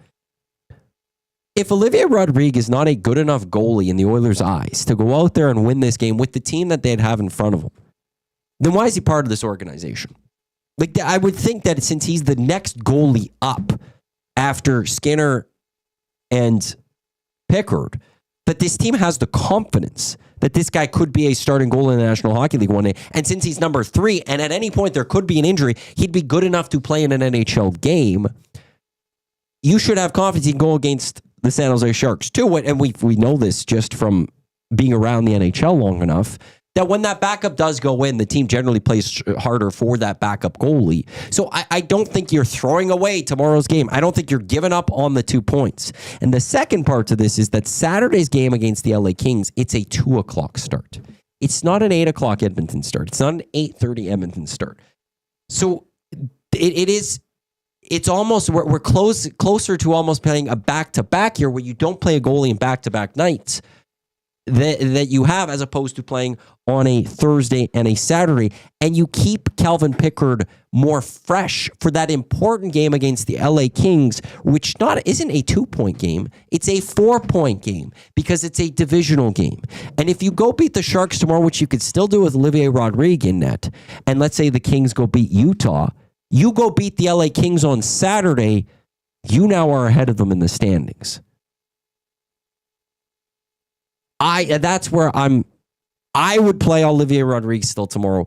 If it wasn't for the fact, like if tomorrow's the Stars, if tomorrow was the Avs, or if Saturday was an 8:00 start, I could live with Calvin Pickard. But because it's the Sharks and then it's a 2:00 start on Saturday, I would go with Olivier Rodrigue. Buying or selling? I'm selling. I'm selling because in the last 2 starts, Calvin Pickard has been excellent. Sure. He's isn't rolling. anything against him. He's got a .920 save percentage. In the last 2 games, I understand. But he's won games. He's been the difference in both of those wins. He's not used to taking the lead. He has an opportunity to do it. And he's doing it well right now. So I don't want to see that broken. I don't want to see an interference with him and his ability to go out and get a 3rd win in a row and then a 4th win in a row on Saturday. But you add something else to me here, which is he's not used to being the guy. He might not be used to getting 4 straight or 5 straight games. So you might actually tire him out a little bit more tomorrow and not be as fresh for the game against LA Kings because now he's hit that wall that he's not used to. It's too. That's it's where too. I think It's every Saturday second day. is too important. And with the Sharks being the team in front of it, yeah, but tomorrow, okay, break it up for him. Break it up for him. He's not used to being a starter in the National Hockey League, so why treat him fully as the starter of the Edmonton Oilers? Even starters get the rests. How many games has Pickard played now? Because Skinner got hurt against the Stars. So Pickard played against Seattle, played against Calgary. He's played against Vegas. He'd play against the Sharks. He'd play against the Kings. That'd be 5 straight games. He might not be used to that. 3 in a row, it's pretty good. Break. He then could take a few more in a row. The most important game for the Edmonton Oilers right now is tomorrow night. No, it's not. You can't look ahead. But when you're mapping things out, you kind of do. And if I could have a more fresh Calvin Pickard for Saturday, because that game, that's the 4-pointer game, I would rather have that than making sure I take care of business with the Sharks. Because I still look at the Sharks and go, if I'm Chris Knobloch, we should beat this team. This isn't you don't play Pickard and you're guaranteeing you're not winning this hockey game. You're taking a little bit of a step back. But you should have enough confidence in your group that they're still going to go win this game. But you are absolutely putting yourself in a better position for Saturday. Maybe this is bigger than we know. Maybe this is a bona fide trial period to insert Calvin Pickard as your starter and let him take the reins. Because once the playoff starts, whoever's in the pipes is your starter. And they're not coming out. Unless they're playing poor. Which Calvin Pickard is not. He's not, but we're not in the playoffs yet. And there's nothing wrong with giving rest. This isn't a shot at him. He's played a few straight. And if anything, it's the confidence of we need you ready for the LA Kings. We need you ready to be at your best when we take on this team. We're fighting for a home ice. I'm not wasting you, Calvin Pickard. I'm not wasting any energy on the San Jose Sharks. Now, a word in the nasty chat says, Calvin not playing Saturday, Skinner going to be good. Well, Stu Skinner did not make this trip. We haven't heard anything yet. And it's, as of today, he didn't fly out to meet the team in San Jose like Connor did a couple days ago. And if you have a concussion thing or around that protocol, flights are generally a no-go. So it looks like you're stuck. You've got Pickard and Rodrigue. Now, Mex Bezozu saying from Tony Brar, Rodrigue may be Monday versus Anaheim. And see, and that's the part where you need your 2 points anyways. What's the difference? So everything anyone's going to use right now against the Sharks can be used for Monday against Anaheim. So if anything, I want Pickard ready to go for Saturday. And that's why I would give Rodrigue this game. And I'd have Pickard go Saturday, Monday. As opposed to, he could play 5 straight. Then we're going to give him his rest. No, I want him ready for the Kings. Yeah. I want him ready to get going for that 2 o'clock, 1 o'clock Pacific time start. Yeah. And I'm not resting him with the San Jose Sharks coming up tomorrow night. And the real point here, Maddie, and I'm not, we talked about this earlier, I'm not definitely one way or the other. And I understand because of that early start on Saturday. That for me. Changes everything. That you might worry about fatigue if you're going to run Pickard tomorrow night and Saturday afternoon. Because Rodrigue's not coming in till Monday. That's the only time he could. He's not playing Saturday. Right? The only thing I will say, I'd be fascinated what the LA Kings are doing tomorrow. Yesterday, they took on the Jets. Kemper played. I believe the game before they had Rittich play against the San Jose Sharks. Would they, if they go Rittich tomorrow against Utah, and now Kemper's getting the rest ready to go on Saturday against the Edmonton Oilers, or are they going to go Kemper 3 straight? I'll be fascinated with the LA Kings go on this one, tomorrow night. But if they're going with Rittich, they're getting set up for Saturday while the Oilers are focused on the San Jose Sharks. I think the Oilers are focused on points. That's all it comes down to. Right, but the Kings are looking at both games still. And now, look, they have a better situation in net to go about it. But you're taking on the San Jose Sharks. This team should be good enough. I'm not going to have take care of the focus on the Edmonton Oilers with white gloves. They're good enough. They're much better than the San Jose Sharks. With Olivier Rodrigue, they should go beat the San Jose Sharks. You want to go win a Stanley Cup this year? Go beat the Sharks. That shouldn't be the big worry here. And you're set up for Saturday in a 4-point game. Just a quick note: the Edmonton I'm Oil. buying, you're selling. No, that's fine. The Edmonton Oil Kings. We got to get to a break anyhow. The Edmonton Oil Kings are up 2-1 on the Prince Albert Raiders. That game, game 4, goes tonight down at Rogers. 7 p.m. is the start time. This is by all counts been a very entertaining series. So if you and we've talked about, we support the Oil Kings so much at this station. If you want take your family. It's very family friendly thing. Everything's quite affordable. Maddie, you were going to say. I just want to go back to because Reid's in the nasty chat. Okay, I had to get that in. Yeah, if the Oilers don't get points against the Sharks, the game in LA means less. And I'll also say if the Oilers don't win in LA, it doesn't help them get home ice. It hurts their chances. So why not make sure your goalie is absolutely ready to go? As fresh as possible to take on that game. Again, because it's the San Jose Sharks tomorrow night. If the Oilers don't beat the San Jose Sharks tomorrow night, they don't deserve home ice. So let's say it's on that part of it too. Let's just play a game here then. Then they announce that Rodrigue's going to start tomorrow. Yeah. Then what is the problem there? Is that you're taking out a goalie that's currently playing very good. It's for somebody that's it's very unproven in a very meaningful game. But why is that a problem? Like to who? Fans, Oilers fans. I don't think it is. I think it's saying that we believe in this guy as a potential future goalie of this franchise. He's part of this organization, and that we are making sure Pickard is as fresh as possible and we're not overworking him. Skinner gets rest throughout a season. Pickard goes in. You're going to the backup. And because the flip side to that is on Monday, if they go to Olivier Rodrigue, what is that? It's the same message. It's the exact same message. And when we don't know what the discussion was with Rodrigue, if this was, you're going to get in, or this is just strictly you're break glass in case of emergency kind of player, right? And it seems more and more right now that is the case with Olivier Rodrigue.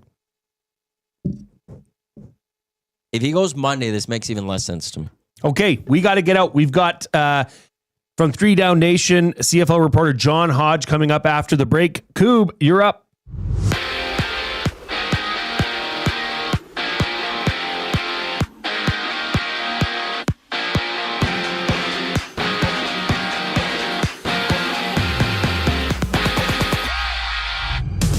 Oilers head coach Chris Knobloch confirmed that Calvin Pickard will start tomorrow in San Jose, while also saying Trent Frederick will return for the Oilers before Evander Kane and Connor McDavid. Meanwhile, Edmonton has made 2 signings for next season. 23-year-old German forward Josh Samanski has been given a 2-year entry-level contract, while SHL scoring leader David Tomasek joins the team on a 1-year deal worth over $1 million. And there's 7 WHL playoff matchups, including Edmonton looking to take a 3-1 series lead over Prince Albert after the Oil Kings won 3-2 last night. In baseball, the Jays took the Nationals 4-2 to sweep that series. 5 games are live right now in Toronto's next opponent. The Mets are down 3-1 against the Marlins at the top of the 8th. 9 games are on tap.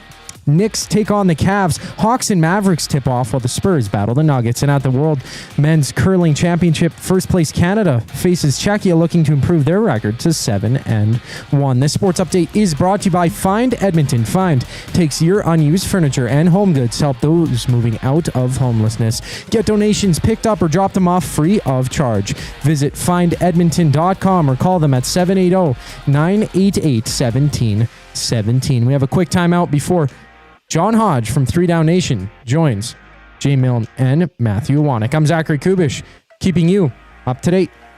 Get your fix every single game with the GCL Diesel Oil Stream pregame and postgame shows with Tom Gazzola and Hernan Salas. Whether it's breaking down the starting lineup, predicting key matchups, or diving deep into the game's biggest moments, Tom and Hernan are here to give you the best insight and analysis in the city. After the final horn, get the breakdown of every key moment, performance, and player reactions. It's your one-stop shop for all things game day. Catch the GCL Diesel Oil Stream pregame and postgame shows with Tom Gazzola and Hernan Salas, only on Edmonton Sports Talk, your clear choice for Edmonton sports.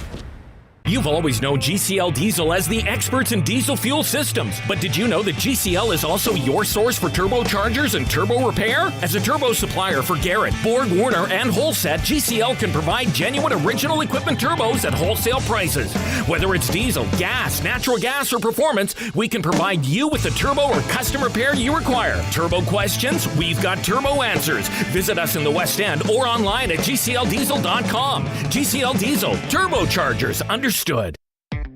Take your career to the next level with Nate's Construction Leadership and Supervision Program, a perfect tool for professionals looking to advance their role or an organization needing to develop leaders. Learn more about safety supervision, scheduling, cost control, and most importantly, how to lead a team. For more information and to register, visit nate.ca/CLSP to take your career to another level. Since 1952, William Huff has been the heartbeat of Edmonton's advertising world. From humble beginnings to a citywide powerhouse, we've been the go-to for signage from print to design and installation. Partnering with Edmonton's top sports franchises and major events, we've helped shape the city's global reputation. Our secret? Unmatched customer service, decades of experience, and a passion for excellence we call the William Huff Advantage. Visit us online at williamhuff.com.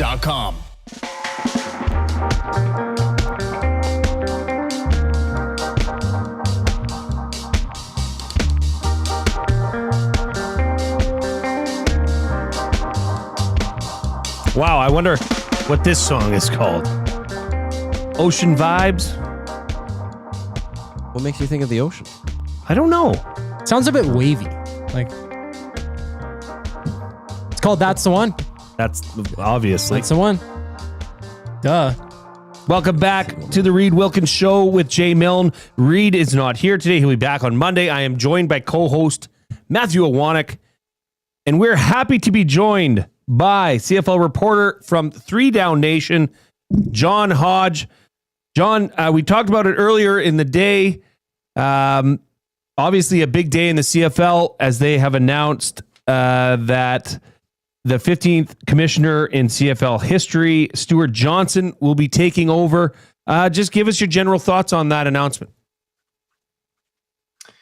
I mean, it's an interesting one, right? I didn't hear Johnston's name really before yesterday. I think a lot of people anticipated Mike Morreale, commissioner of the CEBL, former CFL player, would be in the mix for this. Evidently, CFL, a league that desperately needs to capitalize on its next television rights deal. Of course, it's up after the 2026 season. The league has been with TSN since 2008, and Johnston had been in this role as the president of TSN since 2010. And so I know sometimes when covering CFL events, especially as an independent media person, there are times where the lines between CFL and TSN are blurred to the point that it's hard to tell sometimes which person's got their finger in this pie versus that pie. There are even some people who are working for CFL.ca and are also involved in TSN's coverage. So this, I think, is just the latest example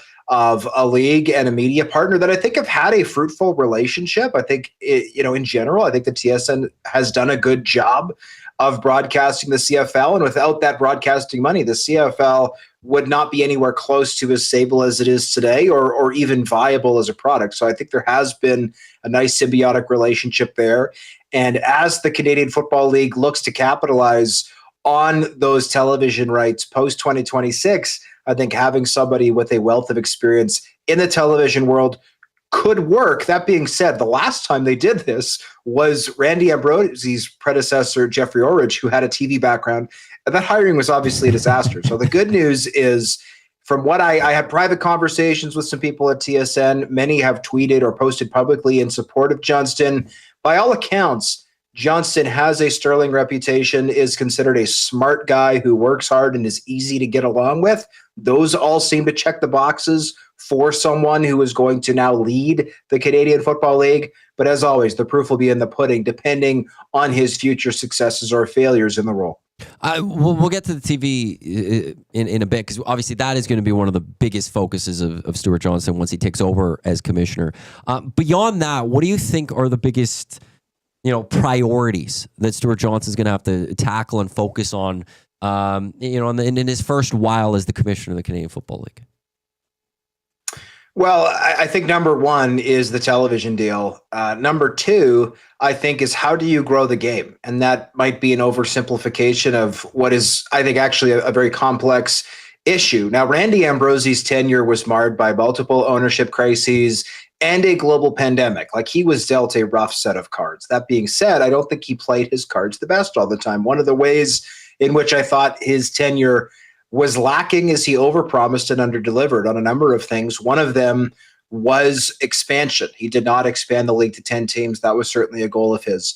He also, at one point in time, was talking about his global initiative, the CFL 2.0 initiative, as something that would have 3-down football being played around the world. I think there was a lot of optimism for him that the CFL could one day have television deals not just in Canada, not just in the United States, but in places like Mexico, countries in Europe, etc.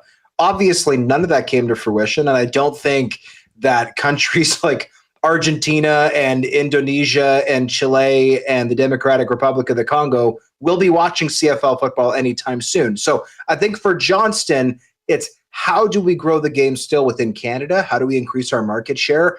Obviously, the NFL is a juggernaut. When you look at the data from polling firms that has been conducted, the NFL is increasingly popular all the time with younger age groups of Canadians. That has to be a trend the CFL looks at and tries to find a way to break. So I think that is the ultimate challenge for Johnston. The TV deal will set the league up for financial stability.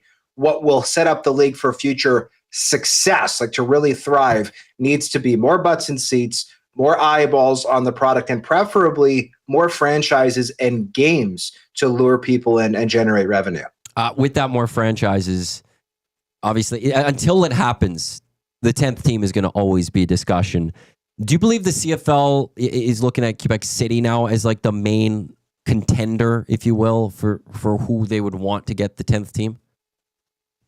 The only reason to go to Quebec City is that there is a venue. That being said, I've been to PEPS at Laval. It's a great youth sports facility. It does not have like most of it doesn't even have seats. You're sitting on benches with crushed rock underneath your feet. It's a great location. I think there are some parts of the stadium that could potentially be upgraded to be CFL level. But I think the Quebec City market is honestly saturated with the Rouge et Or. They are a financial juggernaut. Stéphane Tanguay, the team's president, does a remarkable job. I think if you're the CFL, the focus needs to be out east in Halifax. No, it didn't go ahead, but I believe had the pandemic not happened, we would have at least a basic stadium in the Maritimes and possibly even a team there. And I also think a lot of people overlook the tremendous population growth that's happened in a lot of places in Southern Ontario. Could Kitchener-Waterloo have a CFL team in it someday? Could London, Ontario have a CFL team in it someday? I think these are questions that should be asked. I think these are markets that should be explored. You know, a lot of people talk about how the Toronto Argonauts don't work anymore because they're in Toronto. And yeah, in Canada's biggest city, they are drawing the fewest fans. Well, would a market like Kitchener-Waterloo, which I believe is in and around 600,000 people, be a better fit? It's not that far from Toronto. I'm not saying the Argos should fold or move, by the way. I'm just spitballing. If you were setting up an expansion team right now and you had the choice for CFL between Kitchener-Waterloo or Toronto, if building was not an issue, if you're just talking about how engaged the public would be, which profile of potential customer you'd rather have, I think you could all honestly make an argument that Kitchener-Waterloo is a better potential market than Toronto. It's much smaller, obviously, but I think it is more of a football culture there. Obviously, youth sports, I think, has thrived there to some extent, but it's not dominant there like it is at Laval and Quebec City. So I think there's multiple options, and I know that there's been some hunger for a potential Touchdown Atlantic or Touchdown Pacific type of game in Southern Ontario. And I think if you're Stuart Johnson, that would be a goal, is to try to have that happen somewhere in Southern Ontario, west of Hamilton and Toronto by, let's say, 2028.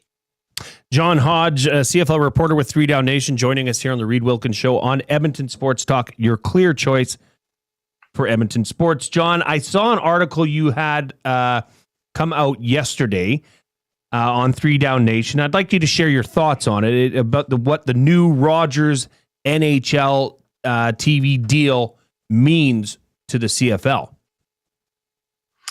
Well, as we know, the CFL's national television rights are up for grabs after the 2026 season. They've been exclusively with TSN since 2008.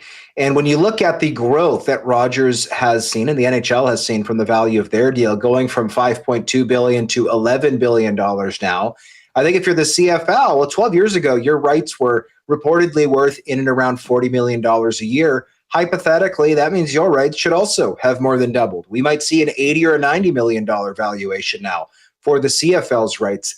That being said, to get a market rate, or dare I say, an even above market rate, you need multiple bidders. You need leverage. And with Rogers having just spent billions of dollars procuring Bell Media's stake in MLSE, 37.5% of the sports media conglomerate there. And obviously spending billions of dollars now on hockey rights. I don't think Rogers is likely to bid anytime soon on CFL rights. Could it happen? Maybe. I mean, during the summertime, the CFL and the Blue Jays compete all summer long for ratings. Maybe the idea for Rogers is, hey, let's just crush Bell and let's make a play for the CFL's rights. That being said, again, they are not flush with cash right now. They have just spent a boatload of money on other issues. And they would also be in a position, of course, where they're then having to potentially dilute or water down some of those resources that they already have going into covering baseball to suddenly be out on the road covering 4 or even, dare I say, 5 CFL games per week in the future. So if you're TSN, I think you like that, with the MLAC sale, you've got a bunch of money in your bank account right now. I think you're disappointed, of course, that the NHL rights were not something you could get back. I know there's a lot of disappointment at TSN when they lost those rights back in 2013. I think there was at least some hunger there to potentially get a piece of the pie back. And the other issue for CFL, I think, is there have been reports, which Bell has subsequently denied, but there have been reports that TSN is potentially for sale as Bell looks to potentially either shift away from or completely divest itself of sports media as a whole. So I think there's a lot of working factors here. I think the most likely scenario is TSN and the CFL strike another deal, with Johnston, of course, being an expert on both sides of the table as the new commissioner. But you never know.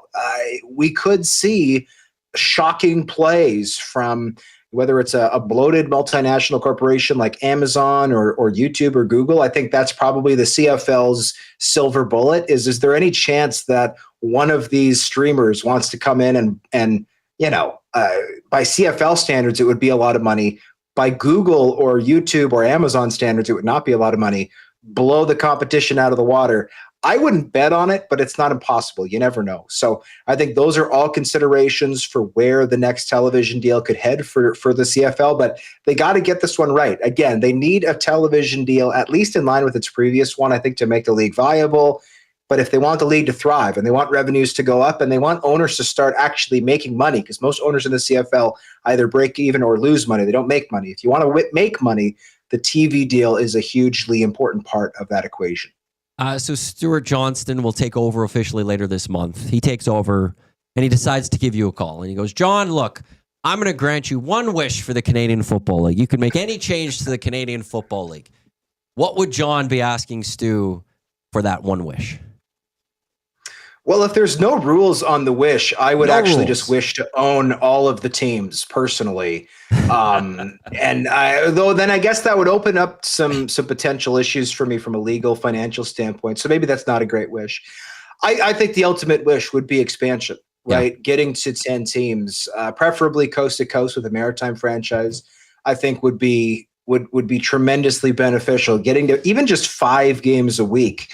I think the CFL has been really smart the last few years, particularly in the summertime, broadcasting one game from Thursday to Sunday, providing 4 out of 5 days of the week exposure. That being said, part of the challenge with the CFL that, of course, the NFL doesn't face is that with one game at a time being broadcast, you can't avoid a stinker, right? How many, this is a question for you guys. Any given week, how many NFL games are worth watching? Is the answer more than 3? Yeah, I was going to say 2 to 3 tops. I get into this too. Like on a Sunday morning, there's 8 games or something. Naturally, we talk about the 2 games that are good or the one game that's good. It's easy to forget that there was 6 other games though that were trash during that whole window. Yeah, because nobody has ever once cared about the Browns versus the Jaguars in Week 13. Literally nobody. If you are an absolute diehard of either franchise, first of all, my condolences. Second of all, yes, obviously you're tuning in. But unless you are a diehard of one of those teams, you don't care, right? No casual NFL fan cares. They just want to tune in and watch Patrick Mahomes, or they want to tune in and watch maybe what the Cowboys are doing, or maybe what their top fantasy player, top couple of fantasy players are doing. Period. End of list. So the CFL doesn't have that luxury. If it's a great game, that's awesome because everybody's focus is on that one game. If it's a stinker, there's no hiding. There's no hiding it, right? Yep. Exactly. Yep. So whether you wanted to have a potential situation where you've got multiple games happening currently, whether you want to spread them out a little bit. I think extra games is hugely important for building revenue, but also building up, I think, that buffer, if you will. If there's a stinker, it doesn't stand out as much if you've got games either happening concurrently or you've got more games overall. John, as always, we really appreciate your insight. We appreciate all the work that 3 Down Nation does. You can find them at 3downnation.com or on X at 3 Down Nation. John, we'll catch up with you again. Thanks for coming on. Thanks, John. Thanks very much. Anytime. It's great. 3 Down Nation is great having too. Just more CFL. Like there's not enough. And 3 Down does a great job of just always covering the league through the off season. It's easy to cover league through a season, and they do a great job during the season, but they're constantly covering things through the offseason, which is also fantastic. So, but yeah, like that's the thing about the NFL. I never thought of that.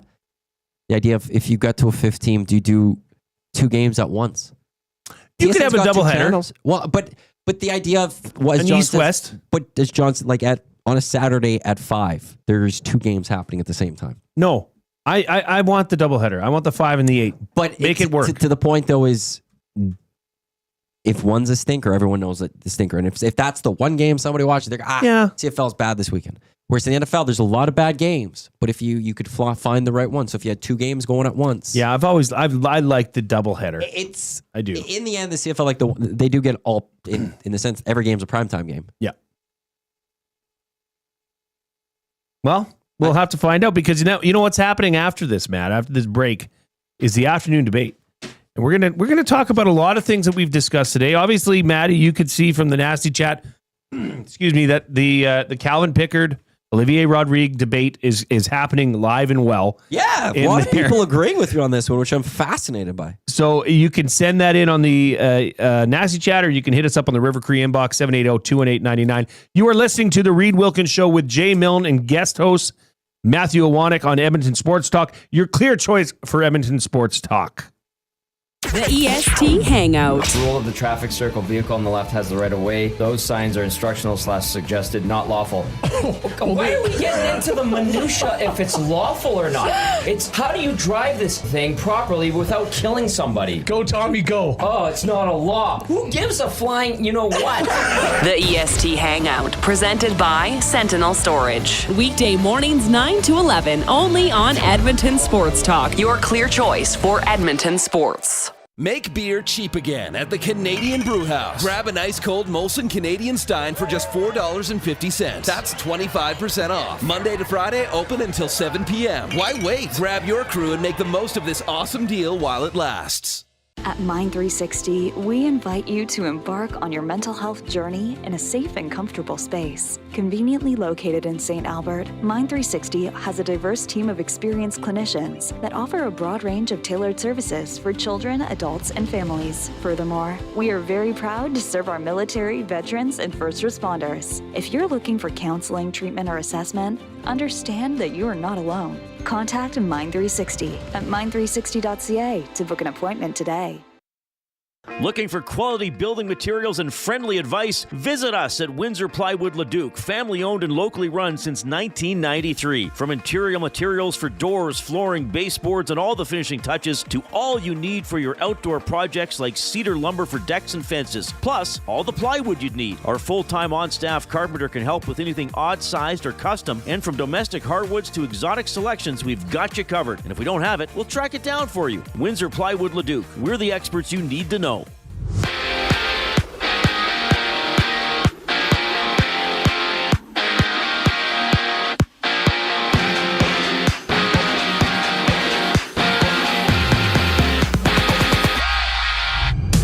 Oilers head coach Chris Knobloch says that Trent Frederick will be back before Connor McDavid or Evander Kane to the Oilers lineup, with Frederick having yet to play for Edmonton as he's been out since February with a lower body injury he sustained as a part of the Bruins. For next season, the Oilers have signed 2 players. 29-year-old Czech forward and SHL scoring leader David Tomasek comes over on a 1-year deal worth over $1 million. And from Germany, 23-year-old DEL forward Josh Samanski has been granted a 2-year entry-level contract. 5 games tonight, 2 games start in just a moment. Alex Ovechkin and the Caps take on the Hurricanes. Ovi just 4 goals away from setting the all-time scoring record, while Gabe Perreault makes his NHL debut with New York as the Rangers and Wild drop the puck.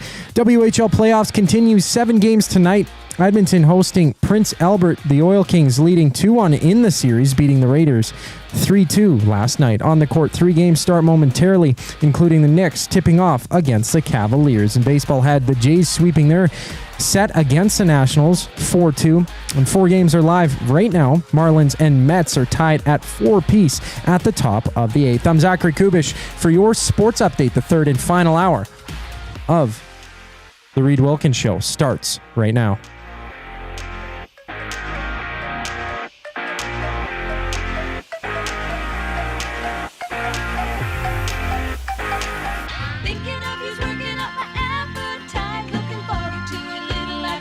Debate. Rubbing sticks and stones together make the sparks ignite, and the thought of loving you is getting so exciting. Sky rockets in flight.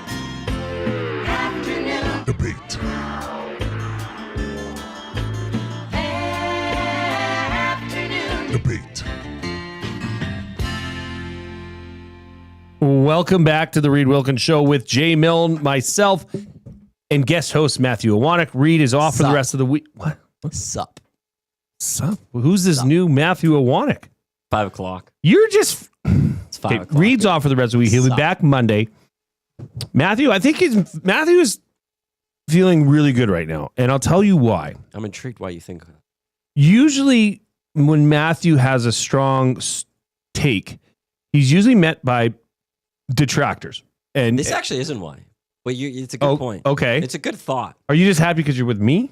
No, I never get to be the number 2 on a show. Oh, well, make it so, number 2. I'm never the number 2. Like the hangouts, I'm the guy that's doing the ins and outs and all of that stuff. I'm kind of directing things. I read the liners. Whenever I come in on the morning show, it's because Eric or Dusty aren't around, so I host it. Oil Stream, 2 guys. If Dusty's not around, I do it. I host it. So the only ones I've done Lock Shop where I'm the second guy or third guy, depending on. Or here, I'm the second, and it's nice. Jasmine says, glad he's in a good mood on your show, Jay. I think that's implying that you're a miserable person to be seated with in the hangout, which I don't agree with. I find you quite pleasurable on the hangout. Well, thank you. I appreciate that. But the other part is that, people are agreeing with me. I've got Big Uke and Smitty the Welder agreeing with me. That's rare. Never have I ever would I think that was going to happen. This is the afternoon debate presented by Garrison Golf. Garrison. And the Edmonton Garrison Memorial Golf Club.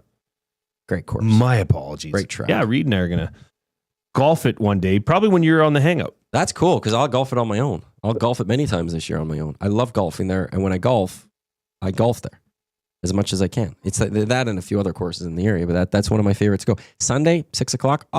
Yes, please. Maybe we'll invite you. I don't want to come. Okay, retracted. Well, you just said you're going to do it when I'm in the hangout. So it's just because it works with our schedule. I know, but it was we're going to do this, but not with you. Early bird golf memberships you are now on sale at the Edmonton Garrison Memorial Golf Club with discounts for seniors and first responders, plus special rates for Sturgeon County residents. Enjoy GPS carts and awesome driving range deals. Inside, kick back and enjoy a pint or a pound of wings or both in their full bar and restaurant. For more information, visit egmgolf.com. Where to go, Matt? Where to go? Well, before I do that, I just saying Big Uke and Smitty the Welder agree with me. Big Uke, trust me, I hate this. Even a blind squirrel finds a nut every now and then. And Smitty the Welder, very rare. So I do like that.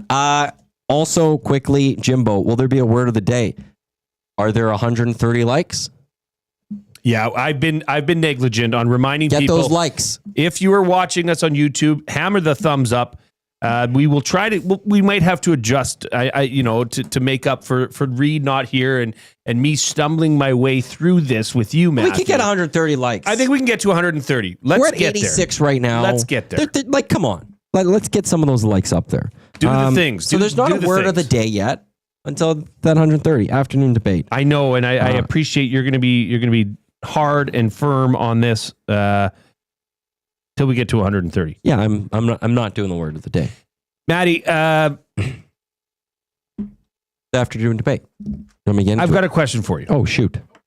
You've asked everybody else here about the CFL. Yeah. And being a commissioner for the day. Yeah. if I was commissioner for the day, yeah, I'm not sure I would be so focused on expansion. I think there's a lot of work to do with this league prior to the need for expanding. I understand that it's not balanced in terms of the Eastern and Western division. Yeah. But what would you do if you were commissioner for the day? I think I know the answer. So I'll start. The expansion is big because it can solve what I would do first. I would like the Grey Cup to be handed out earlier. And they've moved it up 1 week. I would like to see it at the end of October or the first weekend of November. The only problem I have with that, it can fall on like time change. And I don't know if you'd want to do it, but who cares then? I guess you can figure it out. Yeah, people figure that out. But that's what I would want. But why expansion would change that is that I think if I'm correct on this, every team has 3 bye weeks right now. If they go to 10 teams, they could balance things out. And everyone would only get 1 bye, and that would right there. The season will end 2 weeks earlier, I think is the number that's out there. So that would actually, the Grey Cup would be handed out at the beginning of November. So they don't even have to start the season sooner. We're handing the Grey Cup out at the beginning of November. That's where the 5 would. But if we're not dealing with expansion, then I would move the season up a couple weeks. And what I would do is I would have Thanksgiving Monday in Canada be the first weekend of the CFL playoffs. And I would have it on the Monday. Yeah. We do the Thanksgiving dinner generally in Canada. I think most people do it on the Saturday or the Sunday. I don't think a lot of people do something on the Monday like the States does on the Thursday. The Thursday is the big dinner. Thursday, they have family over and they watch football, but they eat their turkey and they do all that stuff. Monday, we just sit around and don't do anything. Imagine if we had 2 games of the Canadian Football League first playoffs, East Semi, West Semi, on that Monday. Kind of like Labor Day. Exactly like Labor Day. Yeah. No one's doing much. Hockey season generally hasn't started yet. I think next year when the NHL season would start, they will be playing on Thanksgiving Monday. But you have the afternoon to yourselves in Canada. You would be able to present that. Then on the following Sunday, you do your CFL West and East Semi. And because you're playing on the Monday, you'd have to move it back to the Sunday. And then the Grey Cup the week later, which would be the first weekend in November. That's one of the changes I would do. I would also have to throw out there what Dusty said today, which is season-long fantasy. You need season-long fantasy. CFL fantasy just hasn't taken off. Because no one wants to do the 4 or the 6 team, but there's no place to do it if you want to do it. Gotcha. You cannot go on CFL.ca, you cannot go to TSN.ca and play season-long CFL fantasy. I do it. I'm going into season 10. But I also spend every Sunday night filling out spreadsheets to do it. Most people ain't going to do that. So you got to get a website. You got to get that done. And then people could play CFL season-long fantasy. That's what you need. That's why that doesn't happen. Is because they don't have it. They only have weekly fantasy. And it's not the same. It's not the same as being able to, getting your buddies together and drafting. And I know it's not the NFL 10 teams or 12, the standard leagues. It's still very exciting. I'm in a 4 team. We have a lot of fun with it. Dusty's in a 6 team. He has a lot of fun with it. It can be done and it can still be very enjoyable. That is something that they need because some of the reasons I believe the NFL is big in Canada, not saying everyone, but for a large part of why it had its big boom, which is in the 2010s, it kind of became popular. Fantasy and gambling, those 2 things. Connor McDavid, currently out of the lineup, but with the team on this road trip. Does Connor McDavid play on this road trip? He shouldn't. I agree. In fact, I've said it wouldn't hurt my feelings or, he shouldn't have come on this trip. Right. If it's a difference between getting 95% Connor McDavid for the playoffs or saying, hey, the heck with it. There's 8 games left. Take him off. Sit out the rest of the regular season. We need 100% Connor McDavid for the playoffs. This is health or hot. Yep. It's health. For Connor McDavid, absolutely. Health is wealth for the Oilers. I don't care about Connor in the regular season. You don't care about the regular season anyways. No, I don't. That's a good point. You've been I said that before the season started. I don't care about this regular season. We're not judging the Oilers this season on what they've done in the regular season. We're not going to judge Connor like he'll be his, outside of maybe the first season. I have to go check. First time in his career he'd be under 100 points beyond that rookie season. I don't care. I don't think Connor cares about that part of it. I don't care if Connor wants to play. If I'm Chris Knobloch, I'm sitting there saying, dude, I don't care that you want to play in the regular season. You're Connor McDavid. You're going to be fine once the playoffs comes. Like, you don't need that warm-up game. Well, and the signs were there. Let's make sure you're 100%. When you're at 100, we will put you out there. If you're at 95%, unless it's a playoffs, we're gonna make sure you get to the 100. The signs were there. Connor McDavid came into training camp saying that he took a lot more time off this offseason. Mix in that they played all the way till the end of June, but he noted that the Stanley Cup is not won in October. It's not won in March, right? He knows the game. That comes with experience, of which Kevin Lowe spoke on earlier in the week on this very show, that, when you get the maturity and you've done this and you've been there, you have the authority to say, no, I'm good. But I don't be damned if we get if we're home or away versus I don't think LA. I think Connor would still want to play. Of course. He's that kind of competitor. And that's where you need to be stronger than Connor if you're the coach. And be like, dude, I get what you're trying to do here. How much did Game 7 hurt you last year? Well, and in fact, we don't want that to happen again. This doesn't help you win the Stanley Cup this year. But you being healthy come playoffs is where it is. You need to sit. As long as he's, again, not 100%. If he's at 100%, then play him.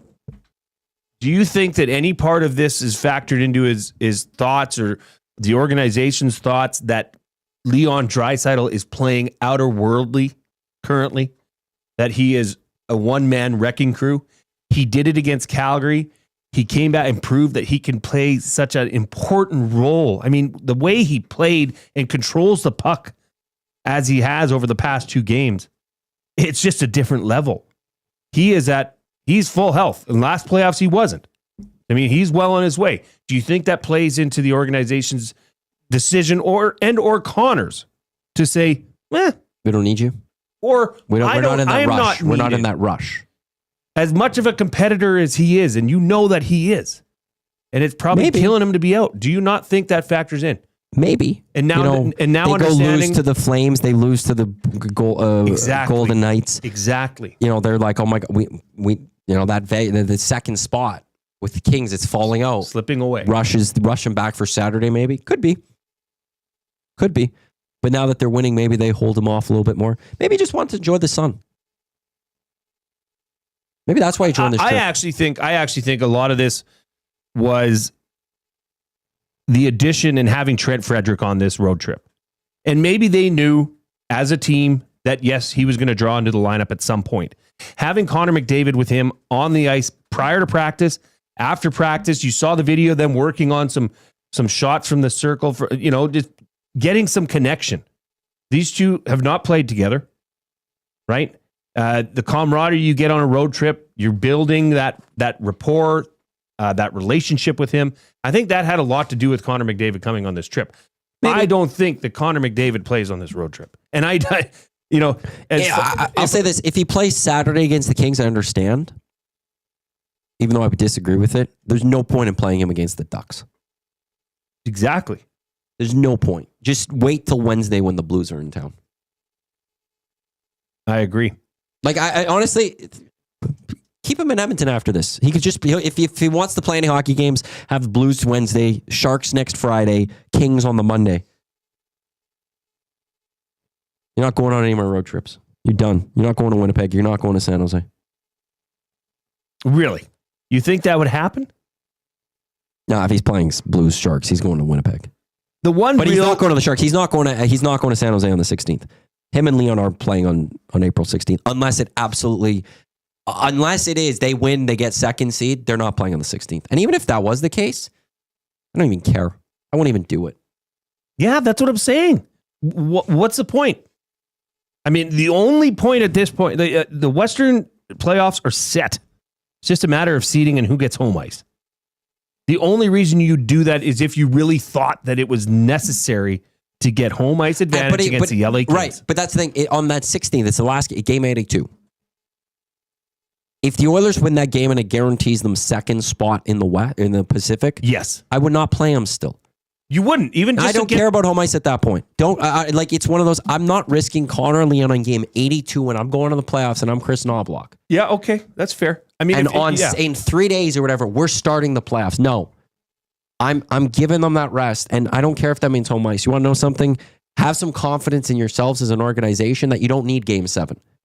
That's the only reason home ice comes into the factors if you need Game 7. Have confidence that you're going to win these series in 4, 5, or 6, and then you don't need Game 7. And also, if you do need a Game 7, you're going to go win it. Have some confidence in that. I thought we did fire it up earlier, Matty. That's impressive. What do you got? Well, Big U did say, even though I like the playoffs starting on Thanksgiving, I'm going to disagree because I couldn't possibly agree with Matty on 2 things in one day. And Smitty the Welder going, it's killing me for sure. 2 points I agree on with him. What's happening in this world? Maybe there's something about me being on from 3 to 6. I agree with you, Uke. That would be weird. I don't want that to happen. Matty's riding high, and he should be. He's been holding my hand all day. I haven't been holding your hand at all. Well, you've been doing this all. Well, fine. We had a text that came in. I got to see if I can find that one quickly here. Mikey, great job hosting today, Jay. Also glad Matty forced you to. Building up your rapport day by day. Well, repertoire. I should learn how to speak. Yes, you should. That drives Reid nuts.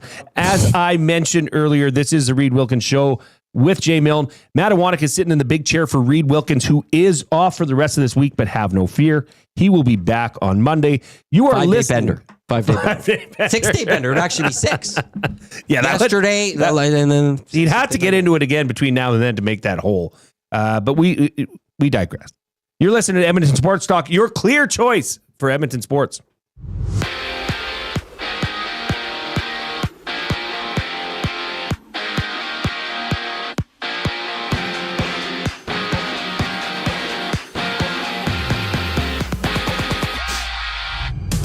Edmonton's Trent Frederick will return before Connor McDavid or Vander Kane, according to head coach Chris Knobloch. Meanwhile, the Oilers have signed 2 players for next season. 23-year-old Josh Samanski from Germany has inked a 2-year entry-level deal, while 29-year-old David Tomasek has been rewarded with a 1-year contract worth over $1 million after he led the SHL in scoring this past season. 2 games are live right now. Sean Walker has the Hurricanes up 1-0 on the Caps, while the Rangers and Wild are scoreless both games early in the first. There's 7 WHL playoff matchups. Edmonton looking to take a 3-1 series lead over Prince Albert. The Oil Kings beat the Raiders 3-2 last night. And on the court, there's 9 games, 3 of which are live, including the Knicks up 5-4 on the Cavs early in the first. And there's 5 games underway in the MLB. The Jays' next opponent in the Mets are tied 4-4 with the Marlins at the top of the 9th. And at the World Men's Curling Championship, first place Canada faces Czechia, looking to improve their record to 7-1. This sports update is brought to you by Clover Bar Feeds, and Clover Bar Feeds has all the animal feed you'll need. Get top-notch service and selection from their family-owned business. Visit Clover Bar Feeds at 200 Portage Close in Sherwood Park, or call them at 780-467-5014. The Reid Wilkins Show clicks on once we get back on the other side of the break. I'm Zachary Kubusch, keeping you up to date. The Nielsen Show with Lieutenant Eric. Jamie McLennan Pickard, there's no doubt he works his ass off in the net, but when you play a team, for example, potentially 7 times, they will expose some of the warts in his game. The challenge is, does the team cover up those warts? Yes, Vegas had a push last night, but I really liked the dedication and determination defensively from the whole group. The Nielsen Show with Lieutenant Eric, presented by Southport Chevrolet. Weekday mornings 6 to 9, only on Edmonton Sports Talk, your clear choice for Edmonton sports. Love is in the air. I love you. And you? And you? And you! Why choose between your beloved items? Sentinel Storage, keeping your treasures safe to be loved again. Try 4 weeks free. Details at sentinelstorage.ca. Missing the course? The Canadian Ice House is here to keep your skills sharp. TrackMan golf simulators are open. Real golf action right in downtown Edmonton. Don't let the off-season slow you down. Visit us in-store or check out thecanadianicehouse.com for all the details. Hey Edmonton, ready to take advantage of lower rates and better pricing? South Fort Chevrolet in Fort Saskatchewan has you covered. From rugged trucks to sleek SUVs. And with over 40 years in business, you can trust that you're getting the best deal on your new ride. As the proud title sponsor of the Nielsen Show, EST listeners can drive a little to save a lot with South Fort Chevrolet's transparent pricing and down-to-earth sales team. Visit us today in Fort Saskatchewan or online at southfortchev.com. Your home for live music and great performances is the River Cree Resort and Casino. Don't miss the East LA rock and roll legend with the world sound, Los Lobos, at the River Cree Resort and Casino May 15th. Don't worry, baby, what the world may bring. Well, don't worry, baby. Get your tickets at rivercreeresort.com. River Cree Resort and Casino. Excitement? Bet on it.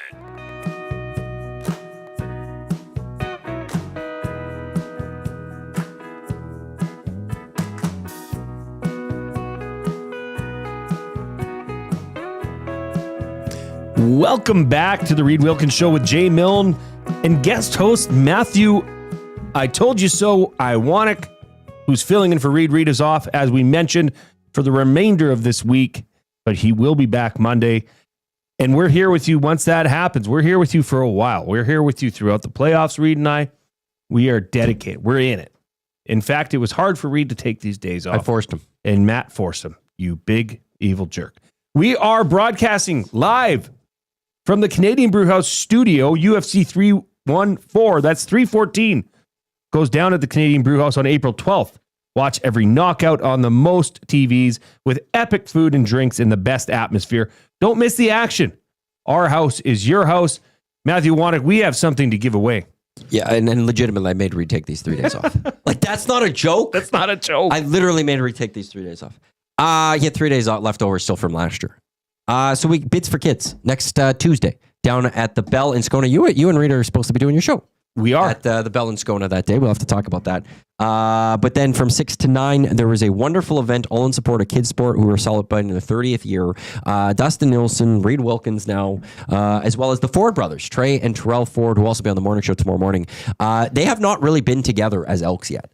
They have not been out there. They're going to do a live roundtable show at the Bell in Scona. There's 50-50. There's a lot of silent auction items up for grabs. Tommy raves about the appetizer buffet. This happened last year. You don't say. He was all into the appetizer buffet. Really? Like when we were going through what's happening, he's like, the appetizer buffet was great. Wow. Like very for emphatic skinny about food, that. Tom loves. Yeah. The skinny guy, Tom loves his food. This goes next Tuesday at the Bell in Scona from 6 to 9. You can get your tickets by going to kidsportbidsforkids.com or go to edmontonsportstalk.com. Very top, we have a link that'll take you right to it. But we got a pair of tickets to give away right here, right now. Okay. And I've got the D100, I believe it is called here. It is, yes. So I'm going to roll this. This is a 100-sided die. If you want these tickets, the pair of tickets for Bids for Kids presented by GS Construction next Tuesday, if you want to go, you want those pair of tickets, you got to text in whatever number this, like, we'll go closest to it. I'll pick whoever's the closest if no one nails it. Whoever gets it right, you'll go into a draw. I'm not expecting there's 100 options. I don't think everyone's going to get one right. But if we don't have someone getting it right, closest without going over Price is Right rules. And have an open slate on Tuesday so you can make it. And if you haven't yet, click the thumbs up. Let's do it. We are on pace for our goal. That's for the word number of the day. That's the number. Text it 780-218-9999. That is the number. I'm writing it down River so there's Cree no... box. Text it in if you want to go to Bids for Kids. Your number between 1 and 100. Because there's no zero on this, is there? There is not. There's not a zero on this. 1 and 100. And if you nail it, you'll go into a draw. If other people have nailed it as well. If not, whoever's closest. Without The going guesses are over. rolling in. Keep them coming. Nobody's got it It's gonna yet. be a fun night. I'll give it till the end of this segment. Are you going to be there? Are you going to come down? Yeah, I have to go set up the actual event. Sweet. I can't set up you guys. I could set up. Well, You know I could. you guys are going to have to go do that. I can. So we'll we talk did about tests that tomorrow. about this. We Remind me did to talk to you about we that did. You had tomorrow. a stopwatch, and then you had the water and everything that you pour on us, and we got it I wrong. know, but just remind me to do that tomorrow. I'm going to write that down because I forgot. Keep those guesses coming in. Yeah. Nobody has got it yet. It is time for the game of the night, presented by Playmore Tables and Games. From ping pong and pool tables to darts and dome hockey, plus all the classic and arcade action you could ask for. Visit Canada's Game Room Experts, location in Edmonton and Calgary, or online at www.playmoregames.ca. Playmore tables and games. Yeah, baby. Yeah, baby. Maddie, what are you watching tonight? Okay, so It's actually a quiet sports night. NBA, don't like what's going on. NHL, there's actually are a couple of games right now. You got Wild Rangers, both teams fighting for the wild card spot. You do got the Panthers and the Leafs at 5:30 coming up in mere minutes here. That battle for the top spot in the Atlantic is heating up. I don't care though. Like, I'm not gonna lie. Do you know what tonight is going to be for me? I have to go away from sports because tomorrow's a big night. You got Oilers Sharks. You got Lakers Warriors tomorrow. We're closing in on a busy weekend, but Sunday is the last episode of season 3 of The White Lotus, and I have not finished watching my reaction show from Bill Simmons and the Ringer podcast. I'm out of here. I got like 30 minutes left. I need to watch the end of that. That's what I'm watching tonight. I'm all focused on the Ringer and Bill Simmons with Mallory and Joanna recapping episode 7 of this 8-part series of The White Lotus, which is 90 minutes on Sunday. So tonight is not as much of a sports night. Like, tonight's game, you got the Kraken and the Canucks. You got the Avs and the Blackhawks. NBA, the best game for me. Like, I don't think there's anything. Unless I'm mocking the games tonight. I mean, if you're, I don't know what you're picking. We do have a lot of listeners that are from Calgary. They are watching that Minnesota Rangers game closely and intently. There's the Ovechkin goal race. That's, everybody's watching that. But the one for me is Florida at Toronto. Because I really want to see, and I mean, right now it's Ottawa and Montreal sitting in the 1-2 spot for the Eastern Conference wild card, which means Ottawa, Toronto. I wouldn't say I'd pay money to see that, because here's the thing: Ottawa, as we discovered, has played Toronto extremely tough this year. So that is not a guaranteed. That is the worst team that Toronto could possibly imagine coming into their barn as a wild card in the first round. It's not even that. It's just the fact that if you lose, it's your provincial rival. Oh, just made the playoffs. I think diabolical. I think they have the second longest, or is it the third longest playoff drought in the NHL right now? And they come in and if they knock you out, it'd just be so wonderful. I would enjoy the hell out of it. Nobody's got it, and feel free. The number that is for the Kids Sport. We got Kids one for person Kids. that's close. I have a leader. I think they're sending in a few. No, multiple guesses are fine. Keep on rocking. That's true. I guess that's true. Well, no, but I don't want somebody sending in 1 through 100. You get 5 guesses, max. Because that 100-sided die was graciously gifted to us by Corey B. I was here with you that day. Yeah, and I wasn't even here that day. That's right. Yeah, it wasn't for a while until he saw that. Norman at Combine does says watch Rockets Jazz. The Jazz stink. It's like I don't know if you looked at the NBA scores or schedule for tonight. Like, it's not sexy in any way, shape, or form. Matt, I have, and I will still say that the NIT's on. I forgot that the NIT happened. NIT's great. Yeah. No, it's not. It's not my reaction show for White Lotus. Oh, come on. It's got Bill Simmons on it. He's a big sports guy. And Mallory, I think, used to write sports. She used to work for Sports Illustrated. They every so often throw in a sports reference in there. There's a couple people dancing around it. Oh, you're all in on this. You're really focused on that right now. Wow. It's electric. Oh. You're seeing what I'm seeing. I saw one of them. Oh, boy. Somebody nailed it. Who? Okay, I'm not saying. Okay. Because I'm giving till the end of this segment. Well, what if 2 people win it? Then it said it's a draw. We'll do a draw. Max Bezos, the Prestige TV podcast with Joanna and Rob, is a step up that was necessary while watching Severance. The Prestige TV podcast, which is part of the Ringer Network, which is a big sports platform that was started by Bill Simmons. It's great for some of the top end TV shows. They do a great rewatch. They'll do it for Last of Us, I'm sure, too, coming up here. It's wonderful. It's great. I don't know. Are you one of those people that will watch, like, you're not one of those people that will watch a show and then like read up on it? By one of those people, do you mean married with children? Yes, I am. I don't know if you saw the Coleman Drew's text. No, why? What did he say? I'll let you just read it, but it is kind of funny. Yeah, true. I mean, if you have a wife and kids, you are not taking in, well, I guess you could make time for it. But my kids now are staying up too late. They're not getting to bed till 9 or 9:30. Like, my daughter has a basketball practice tonight at 7:30. She's not going to go to bed till 10. I'd like to be in bed by 10. Yeah, I do too. And you know, finding what's that guy's name? Mr. Sandman. finding my own Mr. Sandman at that point. Not partaking in a show that has no relevance in my life. It has major relevance in my life. How? It's giving me great entertainment. How could a fictional show have any relevance in my life? There's themes to it. Koob's upset about what I just said. They tell you stories. And there's ways, there's self-reflection through some of these shows. It's like a visual book. Yeah, I think Mike White has gone out there and over 3 seasons given me things to ponder and reflect on. I don't know. And it's a quiet night in sports for me. There is the Oil Kings also game 4 down at Rogers Place if you're heading to that. You know who listens to our show? Seal. You know, like, what was it? Kiss from a Rose? That Seal, like the singer. He's a huge fan. Of course. Yeah. He chimes in and says it's a pivotal point of the Edmonton Oil Kings series with game 4 tonight. I couldn't agree more. Maybe that's what people should do. Go down and $20 tickets. It's cheap. I mean, grab your niece, grab your nephew, take your kids, go down there. Isn't it Wiener? It's Wiener Wednesday. Right, Koob? He doesn't know. I think it's Wiener Wednesday. They would still do that during the playoffs. I think it is.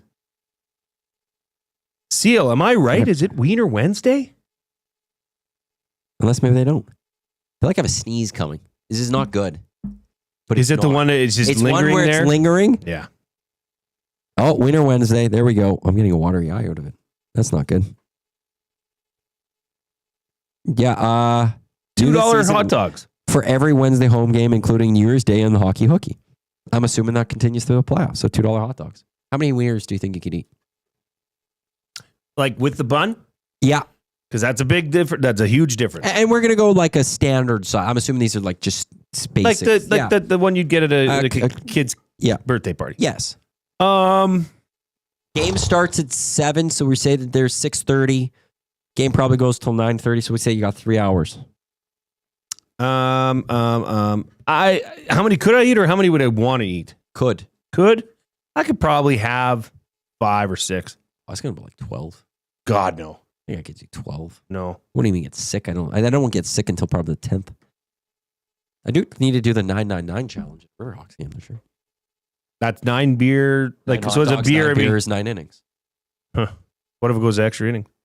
Doesn't matter. And then it gives me more time to finish my 9 beers and 9 hot dogs. I don't think so. Yes, some of the rules I found online is from the game starts to the game ends. You got to do it. Actually, maybe it doesn't count extra innings. But if the game ends early, like if it's a quick top of the 9th and there's no bottom of the 9th and you don't finish, you're screwed. I'm doing it this year. And don't hate me because I don't watch White Lotus. Why do I hate you for not watching? No, I'm just like, I just don't have time, gang. I don't just know. don't have I time. get there's a lot of people that don't watch that stuff. And or what don't time I enjoy do it. have, I'm sorry. I'm more of a live sports guy. I am too, but I'll say this. I only have like 1 or 2 shows I'm watching at any given point. White Lotus is, I don't know what you were pointing at there anyways. Oh, yeah. White Lotus is the only show I have on that I'm watching currently. Do you have any shows that you're watching? Yeah, the NCAA March Madness tournament. You have no other TV show that you've been watching over the last couple of months that you're following along to? We watch American Idol as a family Sunday nights. There you go. That's reality. I don't have. Some would say I'm not though. watching American Idol. Okay, fine. I'm not watching a reality show right now. Big Brother's not on. Big Brother Canada's got canceled. Okay, thanks, Matt, for bringing that up. That's the one because my daughters love it. It's in the summer. I love it, but I'm pretty restricted on how many TV shows I watch because I watch so much sports and watch like. Yeah, we're a news and sports stuff. household first. So I don't have enough time. Right. So I watch like one, but it's a show I really enjoy. And it's every Sunday night and I enjoy it. But if people don't like it or whatever, it's teach their own. It's like music. I hate the thing of like, oh, that they stink. Well, why do they stink? Why does this one band stink? If I like them, what's wrong with that? You know what I mean? I know what you mean. You know what I mean, brah? I'll go through the things right away here and see who won. We do have to take a break, but before I do that, we've mentioned this on the show today. We'd be remiss if we don't also just quickly mention it here on the Reid Wilkins Show. But sad news today from the community of Edmonton. I'll just say an area, but especially those connected to the hockey community and the Edmonton Oilers. With the passing of Bruce McCurney was announced today. Huge, a wonderful human being, a lovely guy. I got the pleasure to have interacted with him a number of times while at 1260, interacted with him on Twitter, post that as well. He was just a kind-hearted man. And it was even, the Oilers takes were great. He brought a nice bridging of the gap of the analytical world and mainstream media. There was a big beef. He was one of those guys that's in the middle that could bridge the two sides together and explain analytics to people that were interested. Just great guy, but his astronomy stuff was awesome. He'd tweet all the time about like, oh, there's this meteorite happening, or meteor shower that's happening. And you'd be like, I had no idea. Bruce would let you know. He was just always just in the middle of like big Oilers stuff. And all of a sudden there'd be that one tweet that would explain something. It just brought a smile to your face. So a huge loss. So on behalf of everyone here at Edmonton Sports Talk, again, condolences to Bruce McCurdy's family, and to Bruce, rest in peace. You are going to be dearly, dearly missed. No easy way of doing this, but we'll head to break here. Zach Kubusch will have a sports update. We'll be back to wrap up the Reid Wilkins Show after this.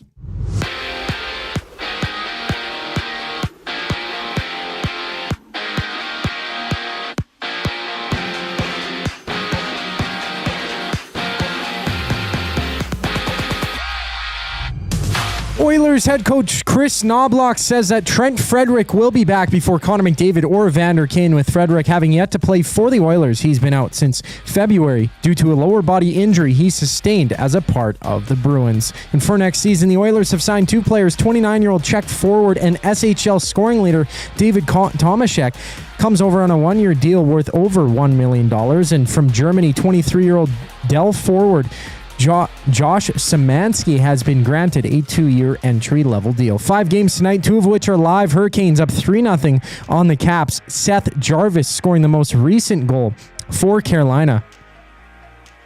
And Braden Schneider tying the game for the Rangers. 1-1 between New York and Minnesota.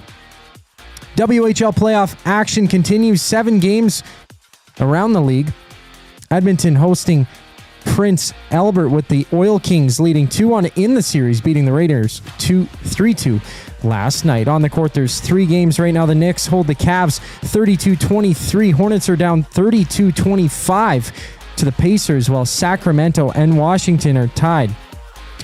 All those games entering the second quarter.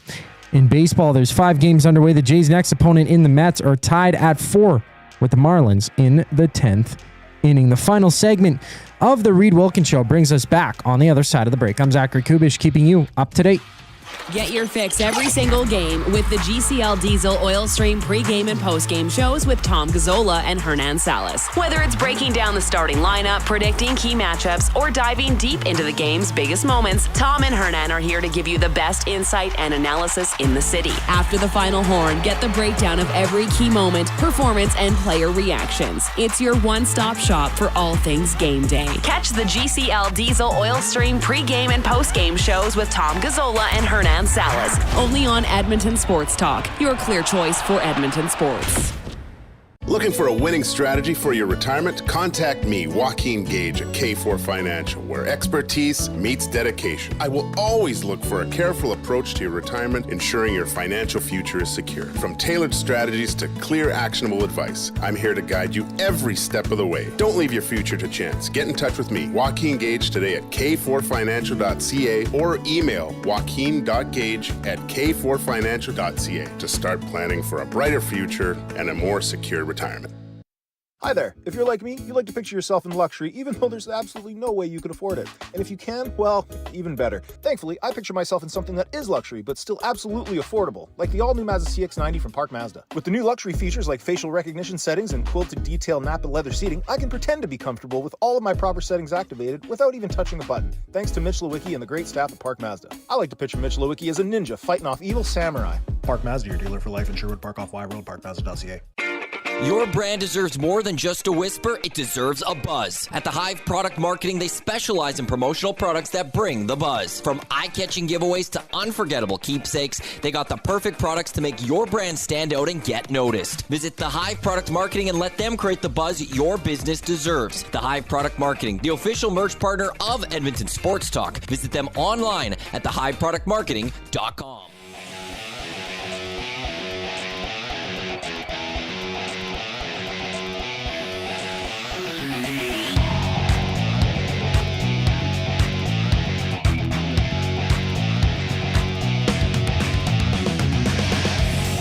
You are back for the final segment of the Reid Wilkins Show with Jay Milne.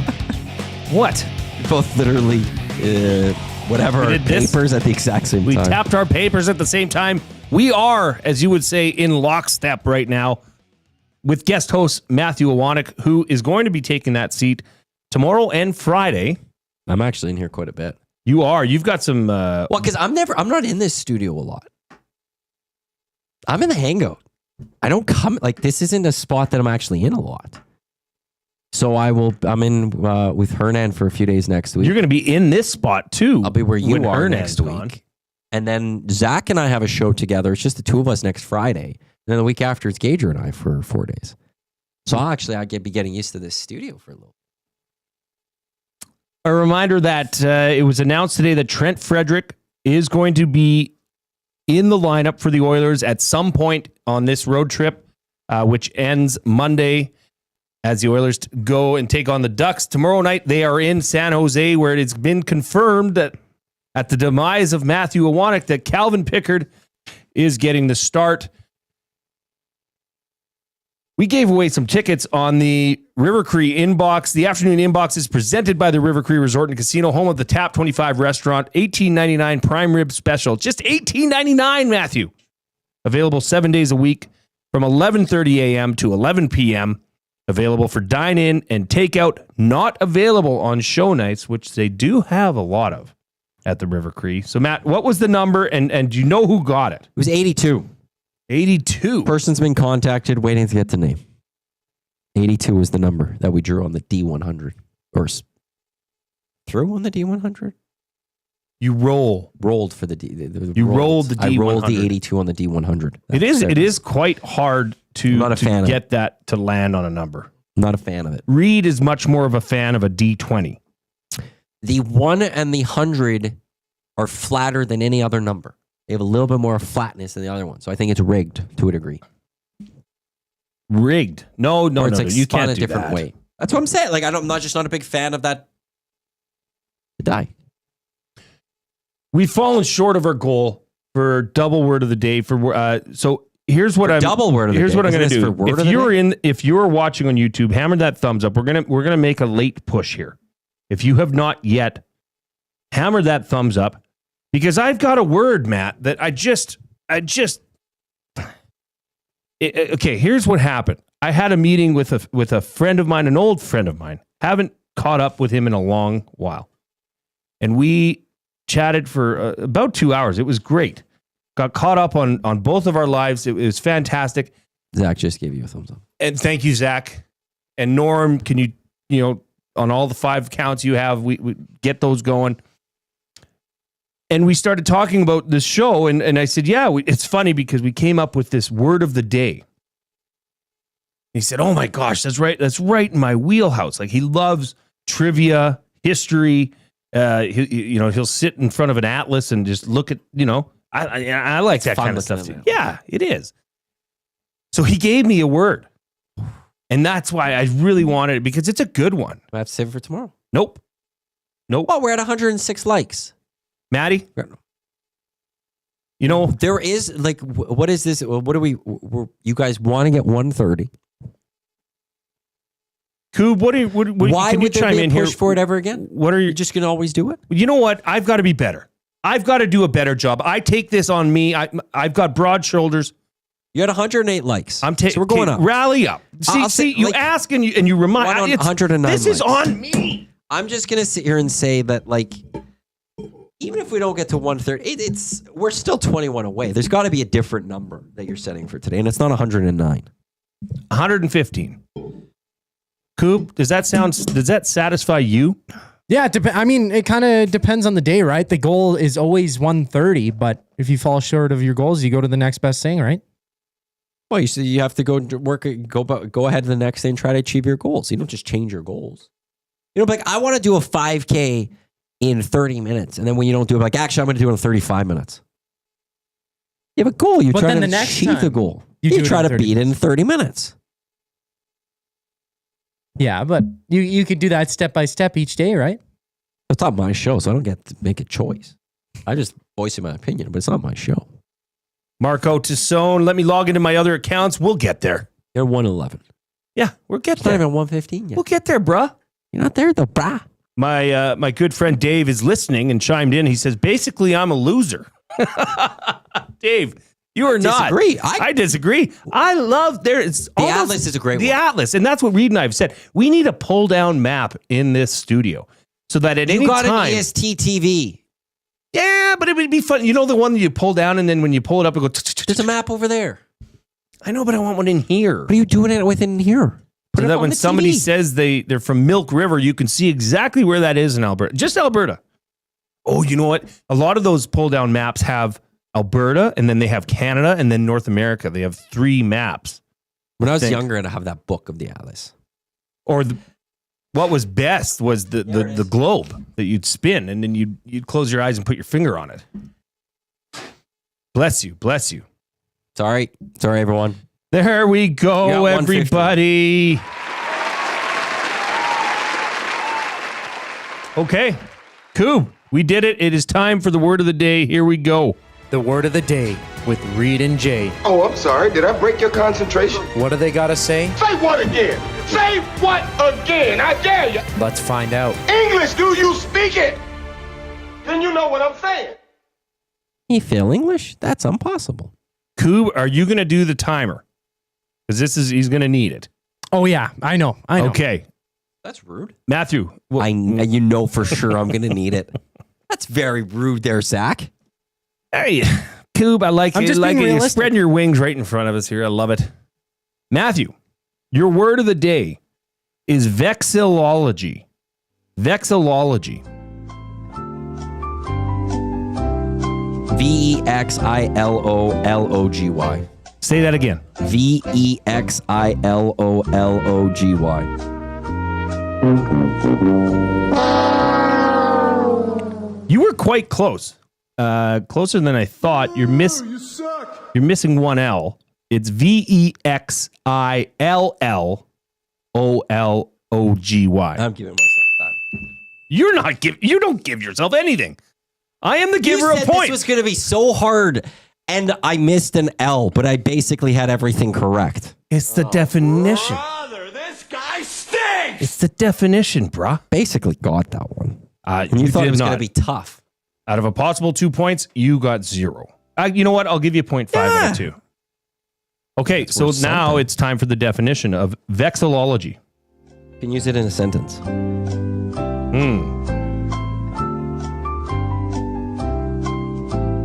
No. Why not? This was given to me by my friend. Sentence. I believe I get to use it in a sentence. I think I can use What it kind in of a spelling sentence. bee is this? Koob, if you can use it in a sentence, go right ahead. Oh, boy. Actually, I blanked. I had one, but it's gone. I'm sorry. Like I'm not losing points for this one. You guys can't even use it in a sentence for me. David has a strong interest in design, particularly vexillology. There we go. That did really knowing the meaning of this word, it doesn't really help you. What? Okay, I'll. Why not use it in a sentence? I asked for it to use it in a sentence. So it's about. Can you say the sentence again? It's tough. David has a strong interest in design, particularly vexillology. So it's someone that focuses on building out and designing web pages online. No.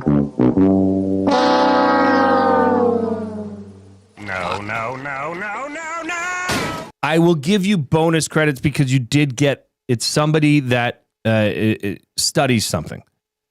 The study vexillology is the study of flags. Oh.